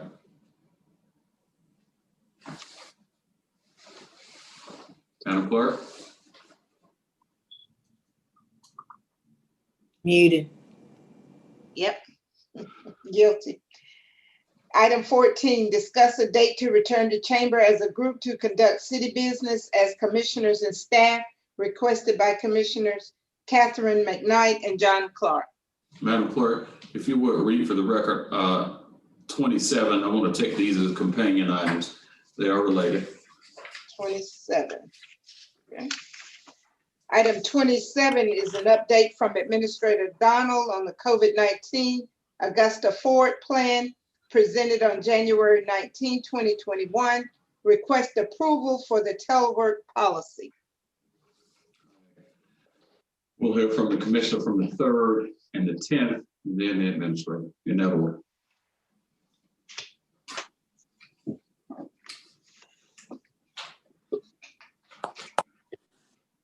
Mayor Davis, Yes, ma'am. we're discussing number 14, correct? That's correct. Yes. You have the floor. Okay. I was just wanting to bring this to everyone's attention along with Commissioner Clark. Just wanted to point out that I know we got people that we've got COVID going on, and I am very aware of what's going on around Augusta. However, we got people working in the commission, on the 2nd floor, and people throughout the municipal building. And I was hoping to be able to, talk about getting back into the chambers to conduct the city's business, people's business, and get back to work here with everyone as soon as we all can. I think that it would be better for us all. So I'm hoping to get an answer and see about seeing all the colleagues in person. I know we've got the chamber with the plexiglass up, and I just was wondering, it's up, why not utilize it and get back in person and start holding our meetings. Everybody else is here working in the municipal building, and I feel like it's important that we all get back to as well. Thank you. All right, thank you. Commissioner from the 10th. Thank you, Mr. Mayor. I co-sponsored this with the commissioner from the 3rd, purely from the aspect of, when's enough, and when do we move forward? Now, while I'm certainly concerned with everyone's health and their safety, even to the point that, as you well know, you were there when I took the COVID-19 shot. I wear my mask, I sanitize my hands, and I try to maintain as much social distance as I can. But I look at around the country, Mayor, and I see other municipalities that do have their city meetings and council and commission meetings in chambers. I look at the United States Senate and Congress, they're in chambers. I look at the state Senate and Congress of Georgia and South Carolina, they're in chambers. And they managed to do it. We're not talking about, you know, in each other's face. And we're allowing citizens to come into our chambers now to address the commission. That to me is, you know, kind of unparalleled. But I think with the safety precautions that we have taken, that we can certainly move forward in the very near future to go back into chambers with the plexiglass, with temperature checks upon entering the chambers, social distancing in the chambers. I really don't see why we are continuing to be evasive about it. I think that we should return to chambers as soon as possible. Commissioner, from the 3rd and from the 10th, I appreciate you bringing this matter. I'm going to hear from the administrator, but I do want to pose a question to the both of you, because I'm sure you've had a chance to do some level of research. 2 questions that I posed to both of you. One, what is it going to take from a cost standpoint for us to put thermal scan, temperature monitor downstairs, because that's important. And number 2, what is it going to take for us as a city to do COVID testing at a minimum twice a week if we're coming back into the chamber? So I'll pose those 2 questions and I'll leave it there. Okay, I'll go first on this. As far as thermal testing with the temperatures, you know, we have a wellness center on campus, and I'm quite sure that they're capable of performing that duty for us. As far as COVID testing twice a week, you know, who says we have to do that twice a week? It's, you know, we're putting numbers on things that we don't know. Now we're going to be presented, Mr. Mayor, with some numbers from the administrator.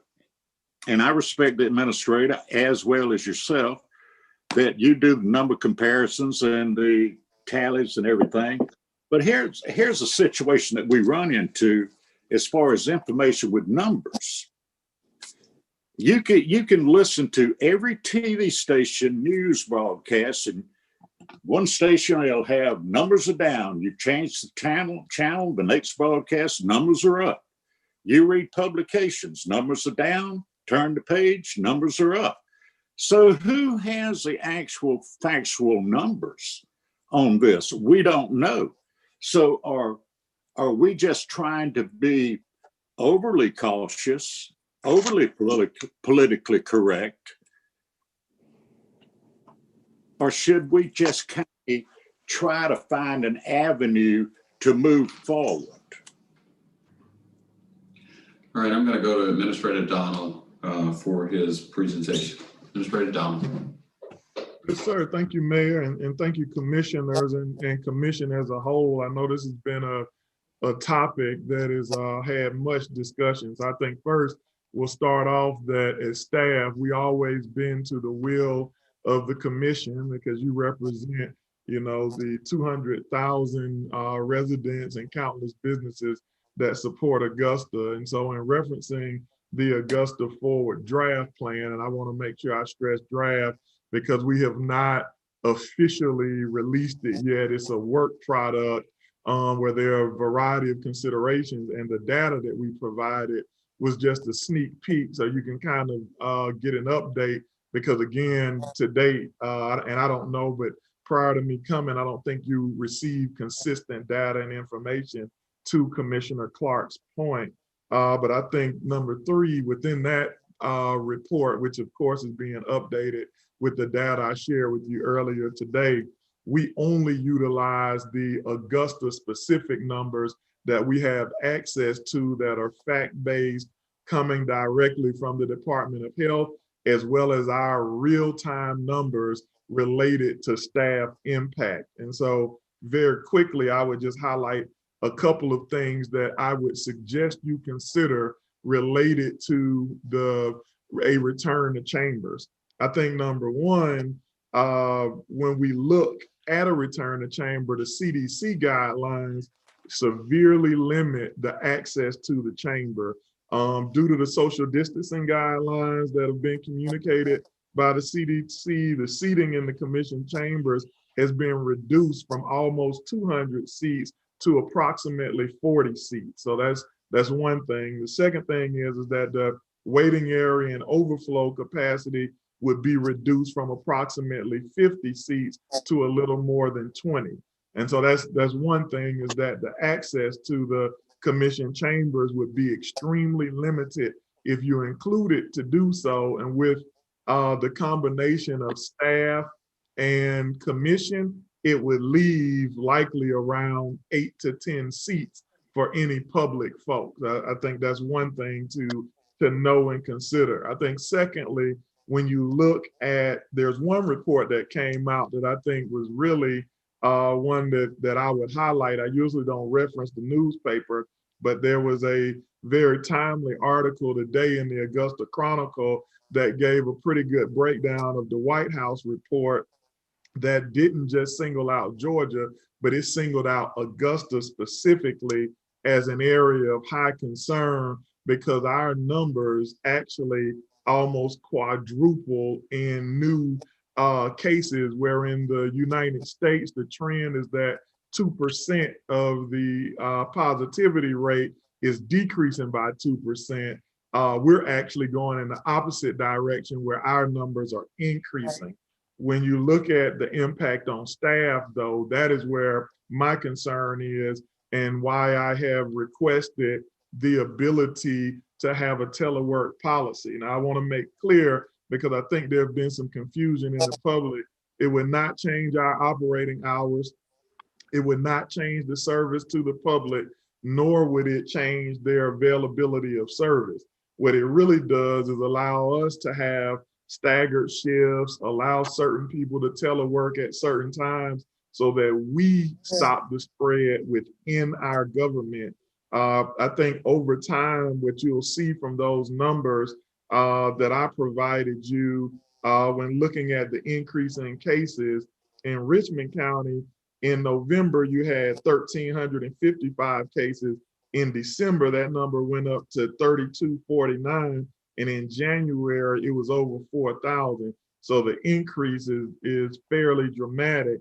But even amongst our staff, that number has increased by about 20%, which is a little bit concerning when we start talking about, we can't control the behavior of the public. And so giving the public even greater access to not only staff, but our elected officials could really impact the ability of our leaders to work day to day. And without us having control of the vaccine, it's just a little bit concerning, because now the only way that people can protect themselves is extremely limited. And so while, again, we always been to the will of the commission, and if the commission was to direct us to alter and change the way we operate, we would definitely comply.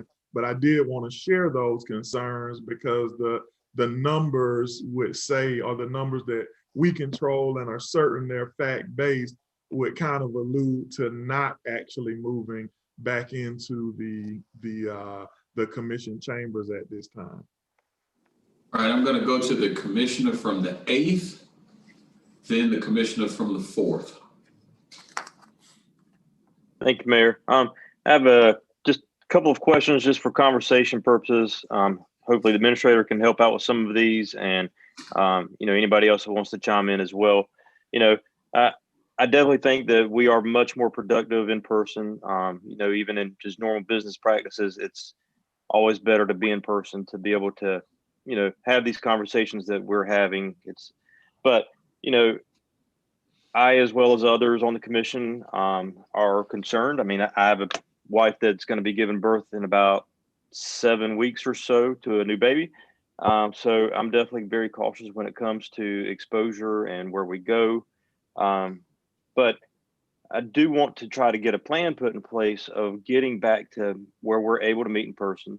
And so I guess, you threw out a bunch of numbers, Administrator, and what is like the safe number or the target number that we're looking for before we even should consider meeting back in person? And that's a great question, Commissioner. And that's actually what we're working on through that.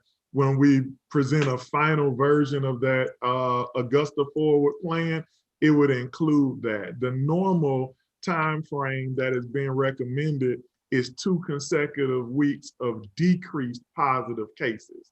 And so we haven't yet hit that. I don't know if Augusta's had 2 consecutive weeks, definitely not since I've been here. And so that's usually the threshold. But we are working with public health and others, and our working group is developing that recommendation. So we plan to bring that forward before the end of the month.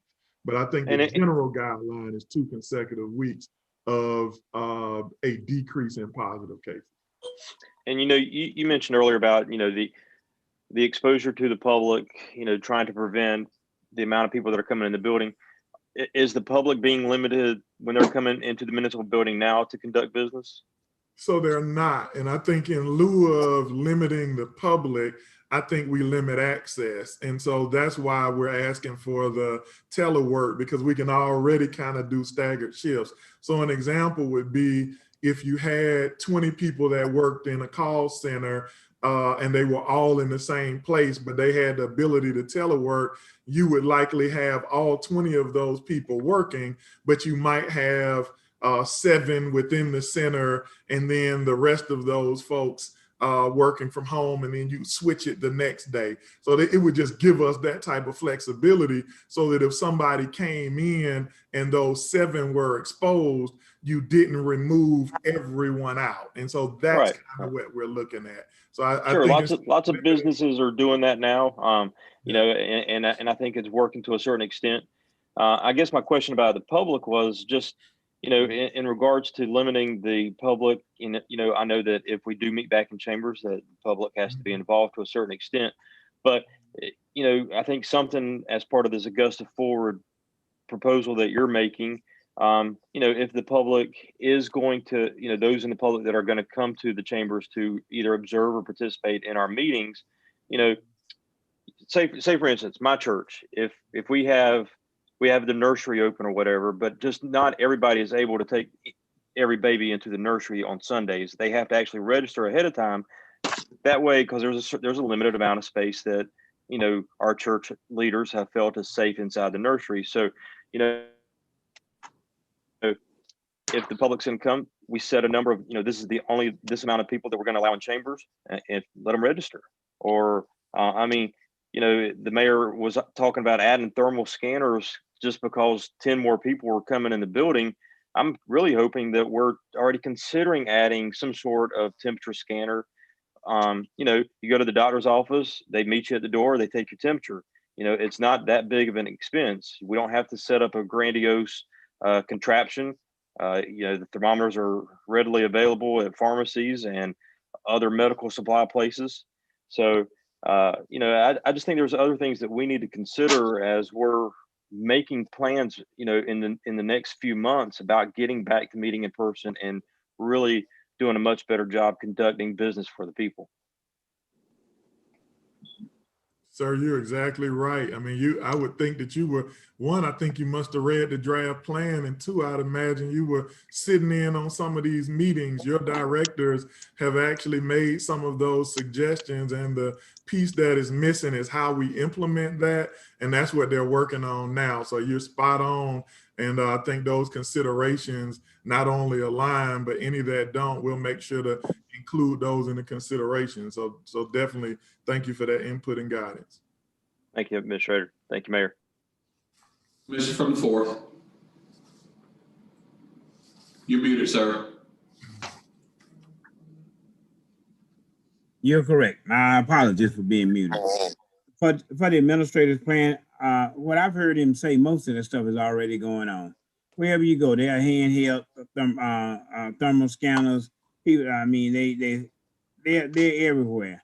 Secondly, people are being restricted from coming into the commission chamber anyway. We had the swearing in ceremonies in there, and probably might have been over the limit then, but the same thing with wearing masks, social distancing, that's already set up in there. There seems to be, we got staff people that are working in the building. And as my colleague mentioned, we add 10 more people who are 10 or 12 when you add the clerk and the attorney and all those. The other folks don't need to come into the chamber, the public, unless you have to present something in person. And as far as the public folks coming in about alcohol license, they don't need to make 2 trips. They can make 1 to a committee hearing and be done with it. And then the next thing, the meetings are streamed live on YouTube and whatever else platforms that IT have available for folks that do the meetings. So from my perspective, we can get back to work. So as far as them, I would support a motion to go back in the chambers. Thank you. All right, and I'm going to recognize the commissioner from the 3rd and the 10th one final time. With all due respect, Mr. Mayor and Commissioners, I would like to make a motion to return to the chambers 1st of March, 2021. Second. All right, got a motion and a second. Commissioner from the 6th, state your inquiry. Mr. Mayor, I'd like to ask my colleague, Commissioner McKnight, to put a caveat in that I'll make a substitute motion if need be. And that is, as the administrator just mentioned, at the end of the month, he's going to be bringing back, I know he was looking for a 2-week downturn and what have you. But at that last final meeting, we evaluate all that information that we have and we do that. So we still continue to go ahead and say March the 1st, no problem with that. But if the information and the data that we have dictate do something else, let's not do it just because we said March the 1st.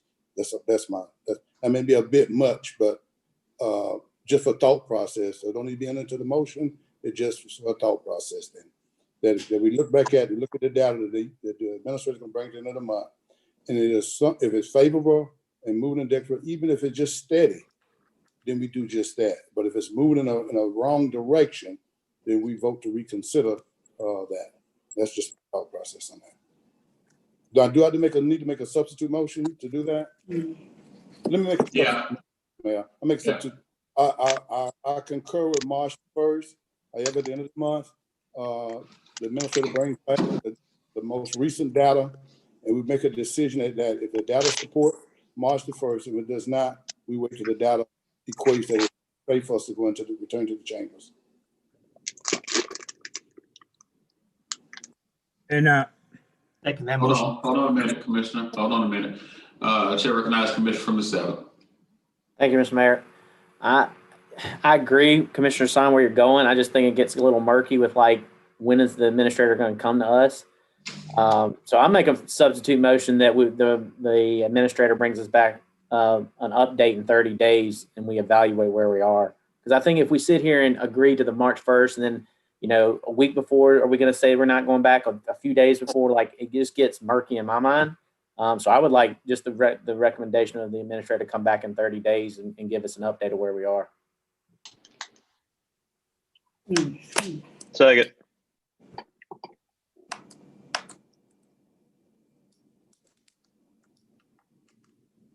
All right. So we've got a substitute motion that will evaluate this in 30 days upon the administrator reporting back and providing recommendations. All right, that's a substitute motion. We will address that first. Madam Clerk, we're voting on the substitute motion. Mr. Clark? No. Mr. Franum? Yes, ma'am. Mr. Garrett? Yes. Mr. Son? Yes, ma'am. Mr. Johnson? Yes, ma'am. Ms. McKnight, No. Ms. Scott, Yes. Mr. Sias, No, ma'am. Mr. Bobby Williams, Yes, ma'am. Mr. Dennis Williams. Abstain. That motion carries 6-3-1 with Mr. Clark, Ms. McKnight, and Mr. Sias voting no. Commissioner Dennis Williams abstaining. Next item, Madam Clerk. I believe we're at item number 23. That's correct. Item 23 is the motion to approve the appointment of Stephen King replacing Rick. I've always had problem with his name. And Von Ponce to replace Sir Lance Scott to the Downtown Development Authority. All right, the commissioner from the 6th had objection. Commissioner from the 6th. Yes, Mr. Mayor, first thing I'd like to, I don't know how you're gonna present these, but I'd like for you to separate them.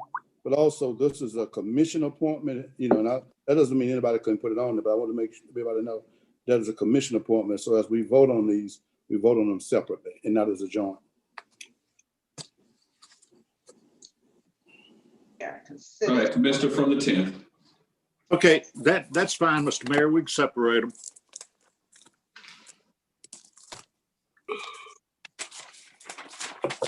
Do them in the form of. Madam Clerk, we'll take the appointment of Stephen King first. Yes.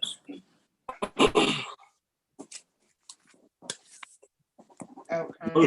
Motion to appoint Stephen King to the Downtown Development Authority. Second. I think it would be done in the form of a nomination. Am I correct? Nomination. Yes. Commissioner, Mr. Attorney, parliamentarian. Appointments by the commissioner done in form of nomination. So, Mr. Mayor, can we receive Commissioner Clark's motion as a nomination? Sure. Okay, and then are there any other nominations for this seat? Need a motion to close nominations. So moved. Okay, this is for the seat appointment of Mr. Stephen King. Mr. Clark, Yes. Mr. Franum, Yes, ma'am. Mr. Garrett, Yes. Mr. Hassan, Yes. Mr. Johnson, Yes. Ms. McKnight, Yes, ma'am. Ms. Scott, Yes. Mr. Sias. Muted. Sias, okay, I'm sorry. Mr. Bobby Williams, Yes, Okay. I ma'am. get. are you're in, Mr. Sias? Yes, ma'am. Are you voting on this one? Yes, ma'am. Yes, okay. Mr. Dennis Williams, Yes. this nomination received unanimous consent. Mr. Stephen King to the DDA Authority. All right, commissioner from the 10th, you're up with the next item. Mr. Mayor, I nominate Von Ponce to the Downtown Development Authority.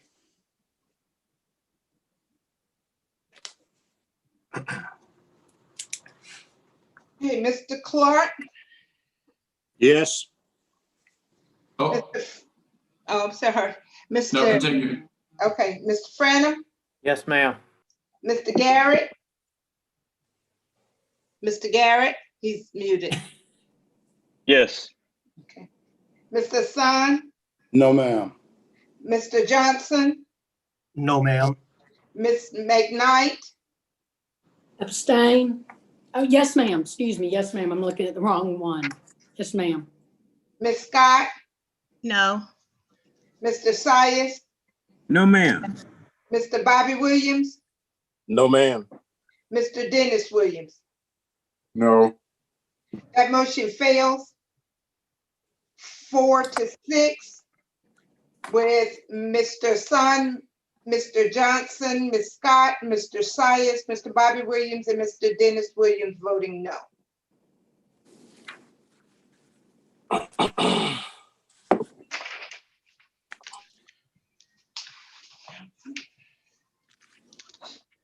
Commissioner from the A State Inquiry. Thank you, Mayor. So since that fell, are we open for nominations still Sure. for this position? Sure. Mr. Mayor, I'm not, Mr. Mayor, can I respond to that? I just did. You can't, you don't have a talent bank and you can't do it. Do you know if the DDA has any other talent bank inquiries in place? Well, no, we'd rather wait on it. Let's wait on We'll it. bring it back the next week. The next week. Sounds good. All righty. Thank you. Thank you, gentlemen.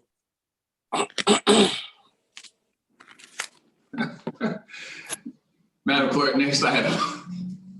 Item number 24. Motion to approve the law department review the attached consolidated fleet management operations, maintenance, and replacement policy. So move. Second. That's Mr. Syed, Mr. Son. Yes. Okay, Mr. Clark, Yes. Mr. Franum. Mr. Franum, He's out. he's out. Mr. Garrett, Before I vote on this, can the administrator please currently also send us the current policy before we review it, just so we can see what the differences would be?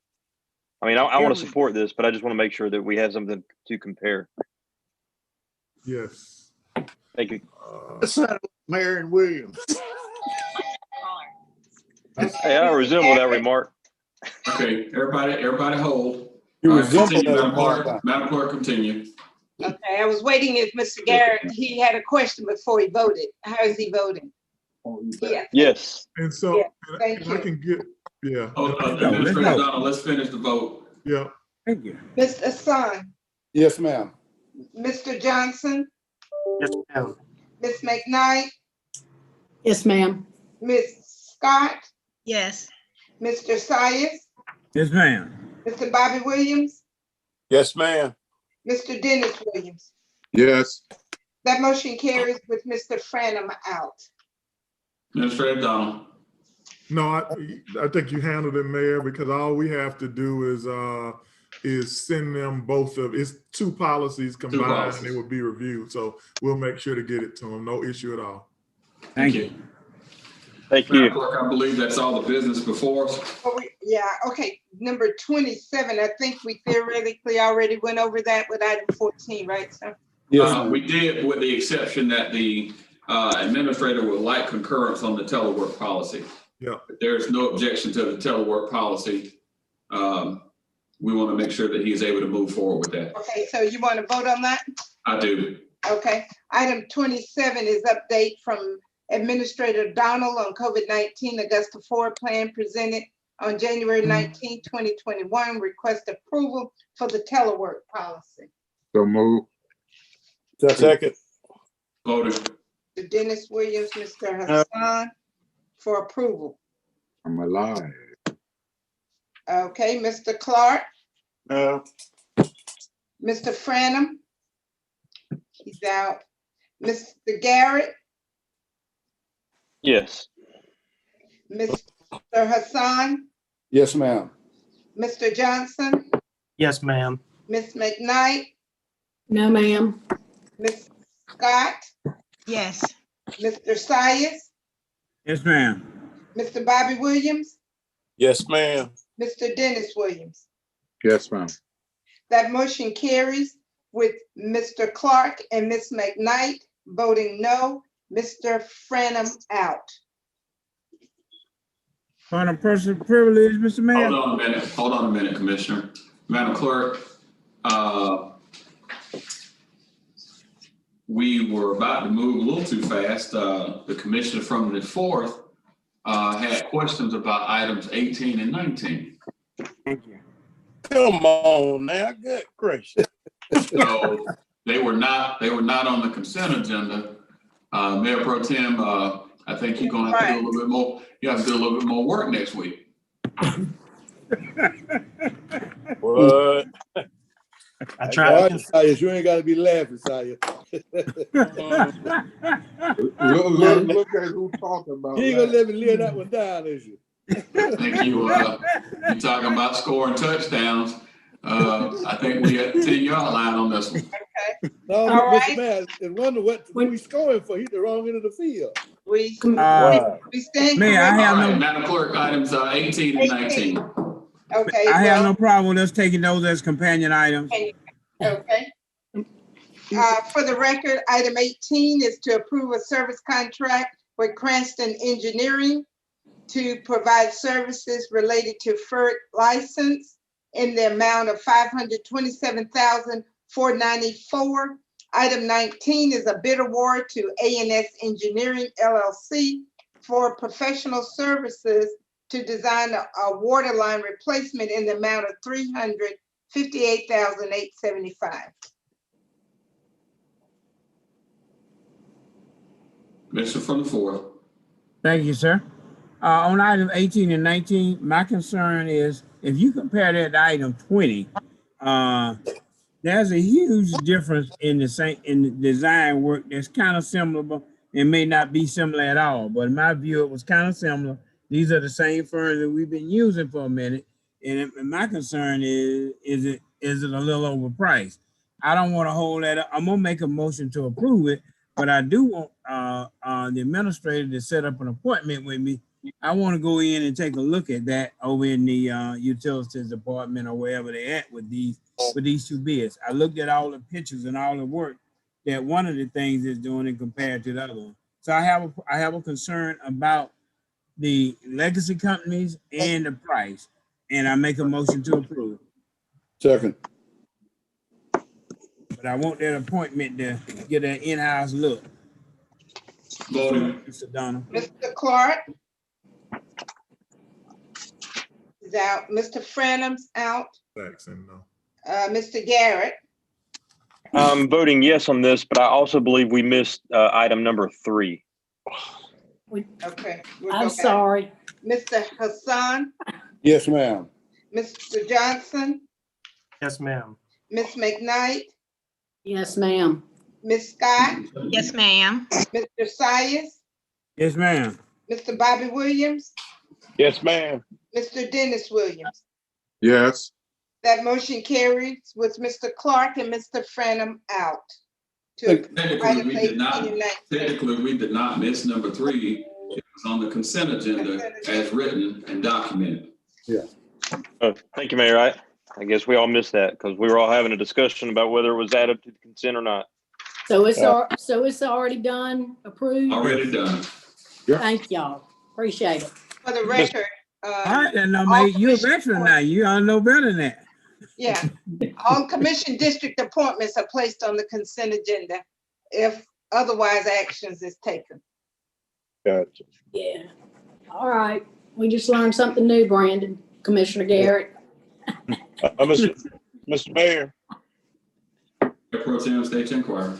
I just wanted to ask Ms. Bonner, you want my agenda book on the porch tomorrow? No, sir, we will pick them up on Friday when we deliver your committee books. So if you can leave them out for Friday pickup, along with the delivery of your agenda for committees. Ms. Mayor, can I have a question on that, response to that? I'm going to go back to the commissioner from the fourth. He had a point of personal privilege he was requesting. I'll come back to you on the 6th. Okay. You're You're muted, muted, sir. Mr. Sias? I will let it go. Okay. All right. Very good. Commissioner from the 6th. Yes, ma'am. Ms. Bonner, Mr. Mayor, I would like to, Ms. Bonner, if you don't mind, I'm gonna talk to you to Ms. Bonner. Ms. Bonner, I can understand based on what the Mayor Pro Tem just asked about the books on the slush mire. Have you not sent him the instruction that the Mayor Pro Tem pick up the books from everybody house? Well, I was gonna allow you all to do that, to deliver that directive.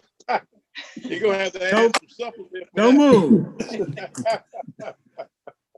Madam Clerk, I think that's all the business that's before us. It is, sir. Fantastic. This meeting is adjourned. Good night, all of you. Good night.